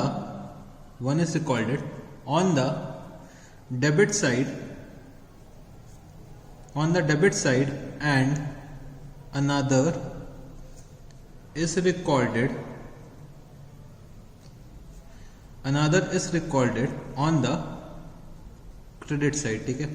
Every transaction has two aspects, that is, one is recorded on the debit side and another is recorded on the credit side. Sir इसका क्या मतलब होगा बच्चे, अभी हम लोग journal entries में पहुंचे नहीं है, बट फिर भी मैं थोड़ा सा इसको समझाने की कोशिश करता हूँ, ठीक है। फॉर एग्जाम्पल मैंने क्या करा, अपने बिजनेस के लिए फर्नीचर परचेज करा, ठीक है। फर्नीचर परचेज करा, और फर्नीचर जो परचेज करा है वो मैंने कितने में परचेज करा, फॉर 10,000 रुपीज़। और मैंने कैसे परचेज करा, कैश में परचेज करा, ठीक है। फर्नीचर परचेज फॉर ₹10,000 कैश, ठीक है। इस ट्रांजैक्शन को जो मैंने करा इसको समझने की कोशिश करते हैं, ठीक है। जब मैंने फर्नीचर परचेज करा होगा, तो मेरे जो बिजनेस के एसेट्स होंगे वो इंक्रीज हो गए होंगे, ठीक है। एक तरफ मेरे बिजनेस के एसेट इंक्रीज हुए होंगे, जब मेरे बिजनेस में फर्नीचर आएगा, फर्नीचर का बेनिफिट मैं कई आगे आने वाले सालों तक लूंगा। तो मेरे क्या हुए होंगे, बिजनेस के एसेट्स इंक्रीज हुए, मतलब मेरा फर्नीचर का अगर मैंने कोई अकाउंट बना रखा होगा तो मेरा फर्नीचर का अकाउंट का बैलेंस इंक्रीज हो गया होगा, ठीक है। और मेरे बिजनेस से क्या जा रहा है, कैश जा रहा है, तो मेरा एक तरफ एसेट कम भी हो रहा होगा, कैश भी तो हमारा एसेट होता है, हमारा करंट एसेट होता है। तो हमारा एक तरफ एसेट कम हो रहा है, एक तरफ एसेट बढ़ रहा है, तो हमारा क्या हुआ, कैश क्या हो रहा होगा, जो हमारा कैश का अकाउंट चल रहा होगा वो भी कम हो रहा होगा। तो अल्टीमेटली समझने की कोशिश करो, हर ट्रांजैक्शन जो हमारा है, हर ट्रांजैक्शन कोई दो अकाउंट्स को तो अफेक्ट करेगा ही करेगा, कोई भी तरीके का ट्रांजैक्शन हो, कोई भी ट्रांजैक्शन ले लो।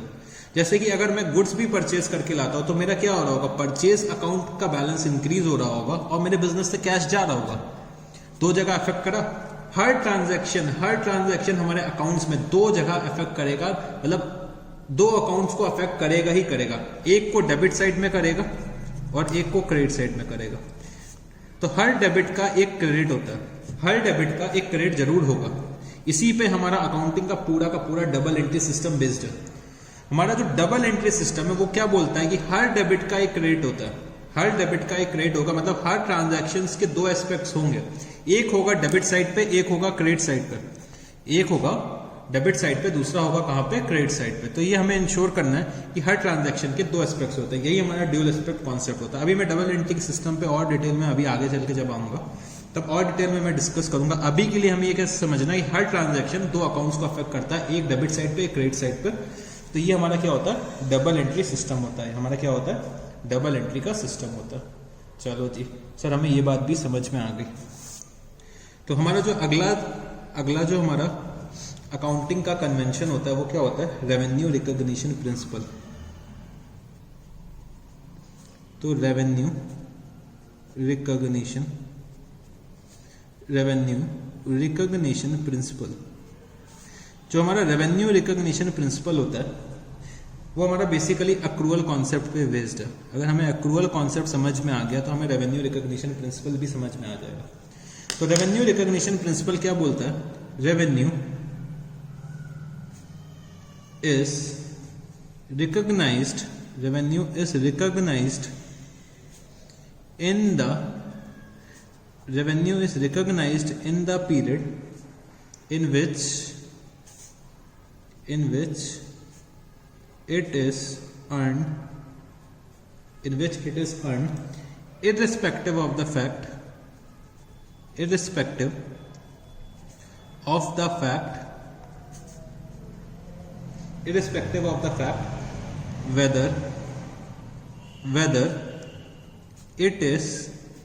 whether it is received or not, ठीक है। Revenue is recognise in the period in which it is earned irrespective of the fact whether it is received और नॉट। एक्रूअल कॉन्सेप्ट भी हमारा क्या बोलता था, अगर हमने रेवेन्यू अर्न कर लिया तो हमें अपने बुक्स ऑफ अकाउंट्स में अकाउंट फॉर करना है वेदर हमें कैश मिला है कि नहीं मिला है। तो रेवेन्यू रिकॉग्निशन प्रिंसिपल भी यही बोलता है कि हमें अपने बिजनेस का रेवेन्यू अकाउंट फॉर करना है, हमें अपने बुक्स ऑफ अकाउंट्स में रिकॉर्ड कर लेना है। अगर हमने उसको अर्न कर लिया, मतलब अगर मैंने सर्विसेज रेंडर कर दी या फिर गुड्स को सेल कर दिया, तो मेरा रेवेन्यू अर्न हो गया, मेरे को अपने बुक्स ऑफ अकाउंट्स में अकाउंट फॉर कर लेना है। हमें इससे मतलब ही नहीं है कि कैश पे सेटलमेंट हुआ है कि नहीं हुआ है। तो वही एक्रूअल कॉन्सेप्ट को ही फॉलो करता है ये भी। ये बहुत सिंपल सा था। लास्ट जो हमारा होता है, आखिरी जो हमारा अकाउंटिंग का कॉन्सेप्ट होता है वो क्या होता है, सॉरी अकाउंटिंग का कन्वेंशन होता है, वो क्या होता है, verifiable objective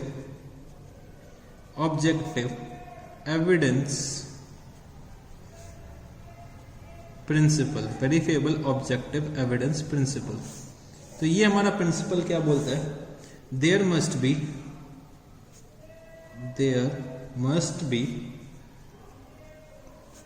objective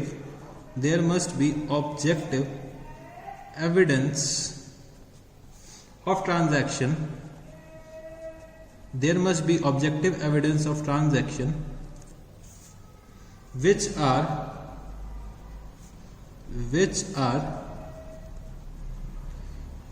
are capable of verification. Example, invoices, bills, etc. ठीक है, ये हमारा क्या बोलता है, वेरीफिएबल ऑब्जेक्टिव एविडेंस प्रिंसिपल। ठीक है, ये हमारा प्रिंसिपल क्या बोलता है कि हम अपने ट्रांजैक्शन को बुक्स ऑफ अकाउंट्स में तभी रिकॉर्ड करेंगे जब उसका प्रॉपर सपोर्टिंग होगा, जब हमारे उसका प्रॉपर सपोर्टिंग डॉक्यूमेंट होगा, तभी हम उसे अपने बुक्स ऑफ अकाउंट्स में रिकॉर्ड करेंगे। सर इसका मतलब क्या हुआ कि बच्चे जैसे मैंने समझो कि ये मेरा बिजनेस है, मैंने क्या करा, कुछ गुड्स परचेज करे, गुड्स को मैंने क्या करा, परचेज करा। ठीक है, गुड्स जो मैंने परचेज करे वो कितने पे करे, 10,000 रुपीज़ पे। ठीक है, जब मैं गुड्स परचेज करता हूँ, ठीक है, मैं कोई भी चीज़ जब परचेज करता हूँ तो मेरे को उसका एक इनवॉइस मिलता है। ठीक है, मेरे को उसका क्या मिलता है, इनवॉइस मिलता है। उस इनवॉइस के बेसिस में मैं अपने बुक्स ऑफ अकाउंट पे रिकॉर्ड करता हूँ अपना ट्रांजैक्शन। ठीक है, उस इनवॉइस के बेसिस पे मैं क्या करता हूँ, अपने बुक्स ऑफ अकाउंट्स में अपना ट्रांजैक्शन रिकॉर्ड करता हूँ। मान लो कि अगर मेरे को कोई इनवॉइस नहीं मिला तो मैं अपने ट्रांजैक्शन को बुक्स ऑफ अकाउंट में रिकॉर्ड नहीं कर सकता। ये क्या बोल रहा है हमारा प्रिंसिपल कि हम अपने ट्रांजैक्शंस को बुक्स ऑफ अकाउंट्स में तभी रिकॉर्ड कर सकते हैं जब हमारे पास कोई उसकी सपोर्टिंग हो। ठीक है, जब हमारे पास कोई सपोर्टिंग नहीं है तो हम उस ट्रांजैक्शन को अपने बुक्स ऑफ अकाउंट में रिकॉर्ड नहीं कर सकते।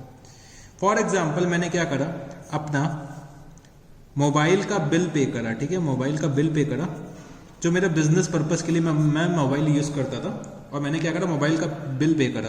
तो मैंने क्या करा, उसकी रिसिप्ट डाउनलोड करी और अपने मुनीम जो हमारा अकाउंटेंट ये बैठा हुआ था इसको दे दी कि भैया अकाउंटिंग कर देना। तो हमें क्या चाहिए, रिसिप्ट चाहिए, हमें कोई ट्रांजैक्शन का एविडेंस चाहिए, एविडेंस प्रूफ चाहिए कि आपने ये ट्रांजैक्शन करा है। बिजनेस हमसे क्या मांगता है, प्रूफ मांगता है कि आपने ये ट्रांजैक्शन किया है, तभी मैं आपको अलाउ करूंगा कि अपने बुक्स ऑफ अकाउंट्स में अकाउंट फॉर करिए। सर ये हमें ऐसा प्रूफ क्यों मांगता है, बिजनेस हमारा, हमें क्यों प्रूफ चाहिए, तभी उसी के बेसिस पे हम लोग अकाउंटिंग कर सकें। बच्चे समझने की कोशिश करो, हमने क्या करा, अपने बिजनेस में ट्रांजैक्शंस को ऐसे ही बिना बिल्स के अकाउंट फॉर कर लिया। ठीक है, फ्यूचर में क्या होता है, एक ये इंस्पेक्टर टाइप का एक बहुत शातिर सा दिमाग वाला आदमी आता है। ठीक है, इसको हम लोग क्या बोलते हैं, सीए। ये बहुत शातिर सा दिमाग वाला आदमी आता है सीए, वो हमारे बुक्स ऑफ अकाउंट्स को जब चेक करेगा, जब इसका ऑडिट करेगा, ऑडिट का मतलब क्या होता है, हमारे बुक्स ऑफ अकाउंट्स को कोई चेक करता है, ठीक है, कोई एक इंडिपेंडेंट पर्सन चेक करता है, मतलब जो पर्सन हमारे ऑर्गेनाइजेशन का नहीं होता, वो हमारे अकाउंट्स को चेक करने आता है और अपना साइन करके सील कर लेता है, ठीक है, हमारे फाइनेंशियल स्टेटमेंट्स में साइन कर देता है। और जब वो हमारे फाइनेंशियल स्टेटमेंट्स में साइन कर देता है, इसका मतलब क्या होता है कि हमारे फाइनेंशियल स्टेटमेंट्स पूरे के पूरे सही हैं। तो जो ये सीए बंदा होता है वो हमारे यहाँ ऑडिट करने आता है, तो वो सारे के सारे जो रिकॉर्ड्स होते हैं ना, जो हमारे सारे के सारे अकाउंटिंग के ट्रांजैक्शंस होते हैं ना, वो चेक करता है कि आपने जो सही किया है वो सही किया है कि नहीं किया है। तो वो ट्रांजैक्शंस को चेक करने के लिए वो हमारे सोर्स डॉक्यूमेंट देखता है कि हमने इनवॉइसेस के बेसिस में करा है कि नहीं। वो एक एक इनवॉइस बैठ के चेक करता है, वो एक एक इनवॉइस बैठ के चेक करेगा कि आपने ट्रांजैक्शन प्रॉपरली रिकॉर्ड करे हैं कि नहीं करे हैं, कोई बोगस ट्रांजैक्शंस तो नहीं डाल रखे हैं। सर बोगस का क्या मतलब होता है? बोगस का मतलब होता है फर्जी ट्रांजैक्शंस, ठीक है, कोई फर्जी ट्रांजैक्शंस हमने अपने बुक्स ऑफ अकाउंट में रिकॉर्ड नहीं करे। तो ये ट्रांजैक्शन क्या कहता है, हमें क्या करना है, डॉक्यूमेंट्स मेरे पास होने चाहिए कोई भी ट्रांजैक्शन को रिकॉर्ड करने के लिए, जिससे कि कभी मेरे बुक्स ऑफ अकाउंट्स मेरे को कोर्ट में ले जाने पड़े, किसी ने मेरे ऊपर केस करा तो मेरे पास क्या है, सफिशिएंट प्रूफ हो कि मैं अपने ट्रांजैक्शंस की बैक वर्किंग दिखा सकूं कि मैं कहाँ से ये ट्रांजैक्शंस को रिकॉर्ड कर रहा हूँ, मैं ये ट्रांजैक्शंस को क्यों रिकॉर्ड कर रहा हूँ, ठीक है। तो बच्चे बस हमारे इतने ही कन्वेंशंस होते थे, 11 कन्वेंशंस होते थे, हमने सारे के सारे डिस्कस कर लिए। हमने अपने सारे के सारे कन्वेंशंस डिस्कस करने की कोशिश करी है, हमने अपने कॉन्सेप्ट्स भी डिस्कस कर लिए आज, कुछ हमने एग्जांपल्स भी आज से दो तीन एग्जांपल्स भी किए थे, ठीक है। तो चलो हम लोग अब फटाफट से एक बार बुक पे आ जाता है। तो जो हमारा यूनिट 2 है, यूनिट 2 जो हमारा ये दे रखा हुआ है अकाउंटिंग, यूनिट का जो यूनिट 2 हमारा दे रखा हुआ है ये accounting concepts, principles and conventions. तो चलो अगर हम लोग इसको देखते हैं तो हम लोगों ने इसके बारे में थोड़ा सा इंट्रोडक्शन को आपको क्या करना है, इसको रीड करना है, बस एक बार इसकी रीडिंग करनी है, ठीक है। अकाउंटिंग कॉन्सेप्ट्स क्या होते हैं, अकाउंटिंग प्रिंसिपल्स क्या होते हैं, कन्वेंशंस क्या होते हैं, ये सब हम लोगों ने डिस्कस करा है, ठीक है। Accounting concepts, accounting principles, accounting के कन्वेंशंस क्या क्या होते हैं, ये भी हम लोगों ने डिस्कस कर लिया। फिर सारे के सारे कॉन्सेप्ट्स को एक बार आप लोगों को पहले मेरे रजिस्टर से रीड करना है, पहले आपको क्या करना है, सब कुछ मेरे रजिस्टर से रिवाइज करना है, फिर एक बार बुक में पढ़ने आना है कि क्या क्या दे रखा है, ठीक है। मैंने आपको क्या करा है कि सारे के सारे कॉन्सेप्ट्स या कन्वेंशंस की क्रक्स लिखा दिया, एक एक दो लाइन में, तीन लाइन में मैंने क्या करा, क्रक्स लिखा दिया। आप बस उतना ही याद कर लो और साथ ही साथ उसका एक एग्जाम्पल अपने मन से कोट कर सकते हो, इतना सफिशिएंट होता है एग्जाम में लिखने के लिए। फिर भी हमें क्या करना है, इसकी एक बार रीडिंग करनी है। तो हमें क्या करना है, ये सारे के सारे एक बार बुक से रीड कर लेना, ठीक है। एंटिटी कॉन्सेप्ट हो गया, मेजरमेंट कॉन्सेप्ट हो गया, तो हमें क्या करना है, सारे के सारे एक बार बुक से ये कॉन्सेप्ट्स और कन्वेंशंस रीड डाउन करना है, ठीक है। कॉन्सेप्ट्स एंड कन्वेंशंस जब आप लोग रीड आउट कर लेंगे, ठीक है, तो हमें बस इतना ही कॉन्सेप्ट्स एंड कन्वेंशंस को रीड आउट करना है। इसमें कुछ थोड़ा सा अकाउंटिंग इक्वेशन के बारे में एक क्वेश्चन दे रखा हुआ है, तो अकाउंटिंग इक्वेशन में मैं नेक्स्ट क्लास में हो सकता है आ जाऊँ, ठीक है, नेक्स्ट क्लास में हो सकता है मैं अकाउंटिंग इक्वेशंस में आ जाऊँ, तो मैं तब ये क्वेश्चन डिस्कस करूंगा। अभी आपको ये इलस्ट्रेशन नहीं करना है, ठीक है, ये इलस्ट्रेशन नहीं करना है जो पेज नंबर 1.33 में दे रखा है, ठीक है। 1.33 का भी इलस्ट्रेशन मेरे को नहीं करना है।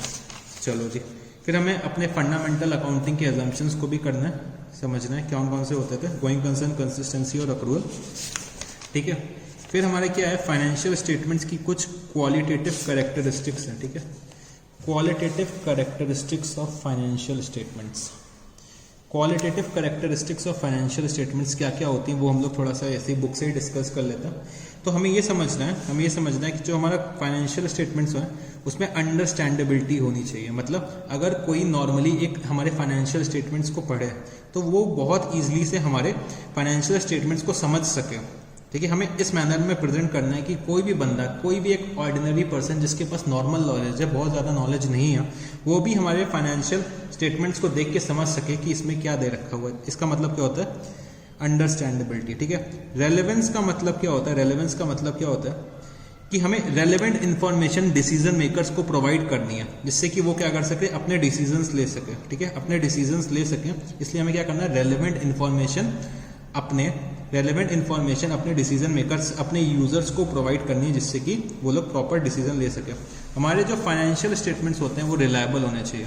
रिलायबल कब होंगे, जब हम लोग उसका ऑडिट कर लेंगे, कोई एक इंडिपेंडेंट पर्सन अपने फाइनेंशियल स्टेटमेंट्स को सर्टिफाई कर देगा।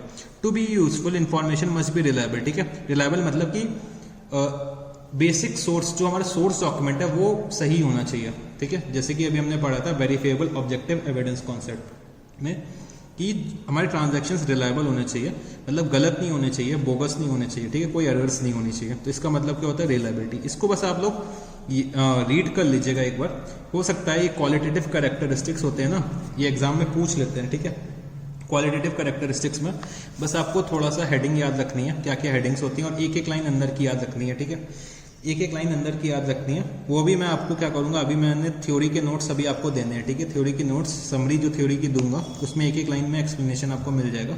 बस हमें बेसिकली नाम तो याद रखने ही रखने हैं, ठीक है। कंपैरेबिलिटी, कंपैरेबिलिटी का मतलब हम उसको कंपेयर कर सकें, इंटर फर्म कंपेरिजन और इंट्रा फर्म कंपेरिजन, ठीक है, दोनों के बेसिस में कर सकें, ठीक है। तो चलो जी, और जो हमारे दे रखे हैं मटेरियलिटी, वो भी हम लोग डिस्कस कर चुके हैं। फेथफुल रिप्रेजेंटेशन होना चाहिए, ठीक है। सब्सटेंस ओवर फॉर्म क्या होता है, ये भी हम लोग आगे चल के अभी डिस्कस करेंगे, आज बस इतना नाम याद रख लो। सब्सटेंस ओवर फॉर्म भी मैं समय आने पे आपको बताऊंगा कि सब्सटेंस ओवर फॉर्म क्या होता है, हो सकता है शायद मैं नेक्स्ट क्लास में ही बता दूं। चलो जी, मटेरियलिटी हो गया, फेथफुल रिप्रेजेंटेशन हो गया, सब्सटेंस ओवर फॉर्म हो गया। उसके बाद न्यूट्रलिटी। न्यूट्रलिटी का मतलब क्या होता है, to be reliable the information contain in the financial statements must be neutral that is free from बायस।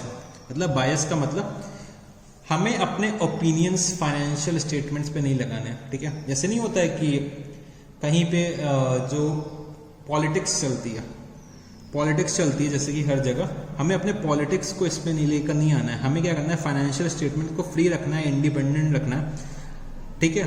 तो ये हमारा क्या होता है, न्यूट्रलिटी होता है। Financial statements are not neutral if by selection or presentation of information they influence the making of a decision or judgement in order to achieve a predetermined result, ठीक है।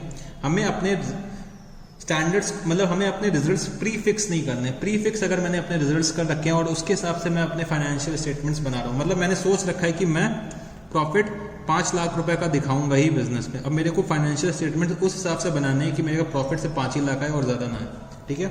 प्रूडेंस भी हम लोगों ने ensure कर रखा है, prudence और कंजर्वेटिव्स में पढ़ा था कि हमें इंश्योर करना है कि जो हमारे लॉसेस हैं, हमें इंश्योर करना है कि जो हमारे लॉसेस हैं वो हम अपने बुक्स ऑफ अकाउंट्स में अकाउंट फॉर कर ले रहे हैं, ठीक है। तो ये सब चीज़ें हमें याद रखनी है। Full fair and adequate disclosure, तो हमें इंश्योर करना है हमारे फाइनेंशियल स्टेटमेंट्स सफिशिएंट डिस्क्लोजर्स दे रहे हैं, ठीक है। सिग्निफिकेंट इन्फॉर्मेशन को हम लोग डिस्क्लोज कर रहे हैं on the basis of materiality, ठीक है। कंप्लीटनेस, हमारे फाइनेंशियल स्टेटमेंट्स क्या होने चाहिए, कंप्लीट होने चाहिए, ठीक है। कंप्लीट होने चाहिए मतलब मिसलीडिंग नहीं होने चाहिए, प्रॉपर इन्फॉर्मेशंस कम्युनिकेट होने चाहिए और फुल मैनर में कम्युनिकेट होना चाहिए हमारे यूजर्स को, ठीक है। तो ये सब बेसिक चीज़ें थी जो हमें under qualitative characteristics of financial statements में मालूम होनी चाहिए, ठीक है। Qualitative characteristics of financial statements में मालूम होनी चाहिए। अच्छा, एक क्वेश्चन आ जाता है कि 4 प्रिंसिपल क्वालिटेटिव कैरेक्टरिस्टिक्स बता दो। 4 प्रिंसिपल क्वालिटेटिव कैरेक्टरिस्टिक्स मेरी कौन कौन सी होती हैं, नोट डाउन कर लेना। अंडरस्टैंडेबिलिटी, रेलेवेंस, रिलायबिलिटी और कंपैरेबिलिटी। ये 4 जो हमारी होती हैं, रिलायबिलिटी और कंपैरेबिलिटी, ये मेरी जो 4 होती हैं वो प्रिंसिपल क्वालिटेटिव कैरेक्टरिस्टिक्स होती हैं, ठीक है। Principle qualitative characteristics. अगर नॉर्मली एग्जाम में पूछे कि qualitative characteristics of financial statements बता दो मेरे को, तो कोई भी 11 में से जितने मार्क्स का क्वेश्चन है उतने उसके अकॉर्डिंग हम लोग एक्सप्लेन कर सकते हैं। कोई भी 11 में से 3, 4, 5 जितनी भी जरूरत है उतना हम एक्सप्लेन कर देंगे। बट अगर क्वेश्चन ने पूछ लिया कि प्रिंसिपल क्वालिटेटिव कैरेक्टरिस्टिक्स बता दो, क्वालिटेटिव कैरेक्टरिस्टिक्स नहीं, प्रिंसिपल क्वालिटेटिव कैरेक्टरिस्टिक्स, तो हमें ये इन चारों में से कोई जितने नंबर का क्वेश्चन होगा उसके हिसाब से बताना पड़ेगा। तो कौन कौन सी होती है, अंडरस्टैंडेबिलिटी, रेलेवेंस, रिलायबिलिटी और कंपैरेबिलिटी। ये मेरे क्या है, 4 प्रिंसिपल क्वालिटेटिव कैरेक्टरिस्टिक्स हैं। तो इसकी भी आप लोगों को एक बार रीडिंग करनी है, इसकी भी एक बार आपको क्या करना है, रीडिंग करनी है। तो मोर ओवर ये चैप्टर भी हमारा फिनिश होने को आ गया। तो चलो जी, आज के लिए हम लोग इतना ही रखते हैं, ठीक है। आज के लिए हम लोगों ने पूरा का पूरा ये चैप्टर भी फिनिश कर लिया। काफ़ी चीज़ें हम लोगों ने अभी तक थ्योरी में कर ली हैं, ठीक है। तो नेक्स्ट टर्न से थोड़ी सी थ्योरी की चीज़ें और मेरे को डिस्कस करनी है, फिर मैं अपने प्रैक्टिकल एस्पेक्ट में आ जाऊँगा। तो मोस्ट प्रोबेबली मैं अपने नेक्स्ट टर्न में प्रैक्टिकल में आ जाऊँगा। फिर आप देखना, जैसे ही हम लोग प्रैक्टिकल में आएंगे ना, हमारा अकाउंट्स में और इंटरेस्ट बढ़ जाएगा। इतना मज़ा आने वाला है हमें प्रैक्टिकल में कि मैं क्या बताऊँ आपको। हम लोगों ने थ्योरी बहुत अच्छे से कर लिया, बस थोड़ा सा और डिस्कशन करना है मेरे को, थोड़ा सा थ्योरी का। फिर जब हम लोग प्रैक्टिकल में आएंगे तब तो आप लोगों को इतना मज़ा आने वाला है कि मैं क्या बताऊँ। तो चलो जी, आज के लिए हम लोग इतना ही रखते हैं। तो थैंक यू आज की क्लास के लिए, thank you, see you guys, tata bye bye, शब्बा खैर।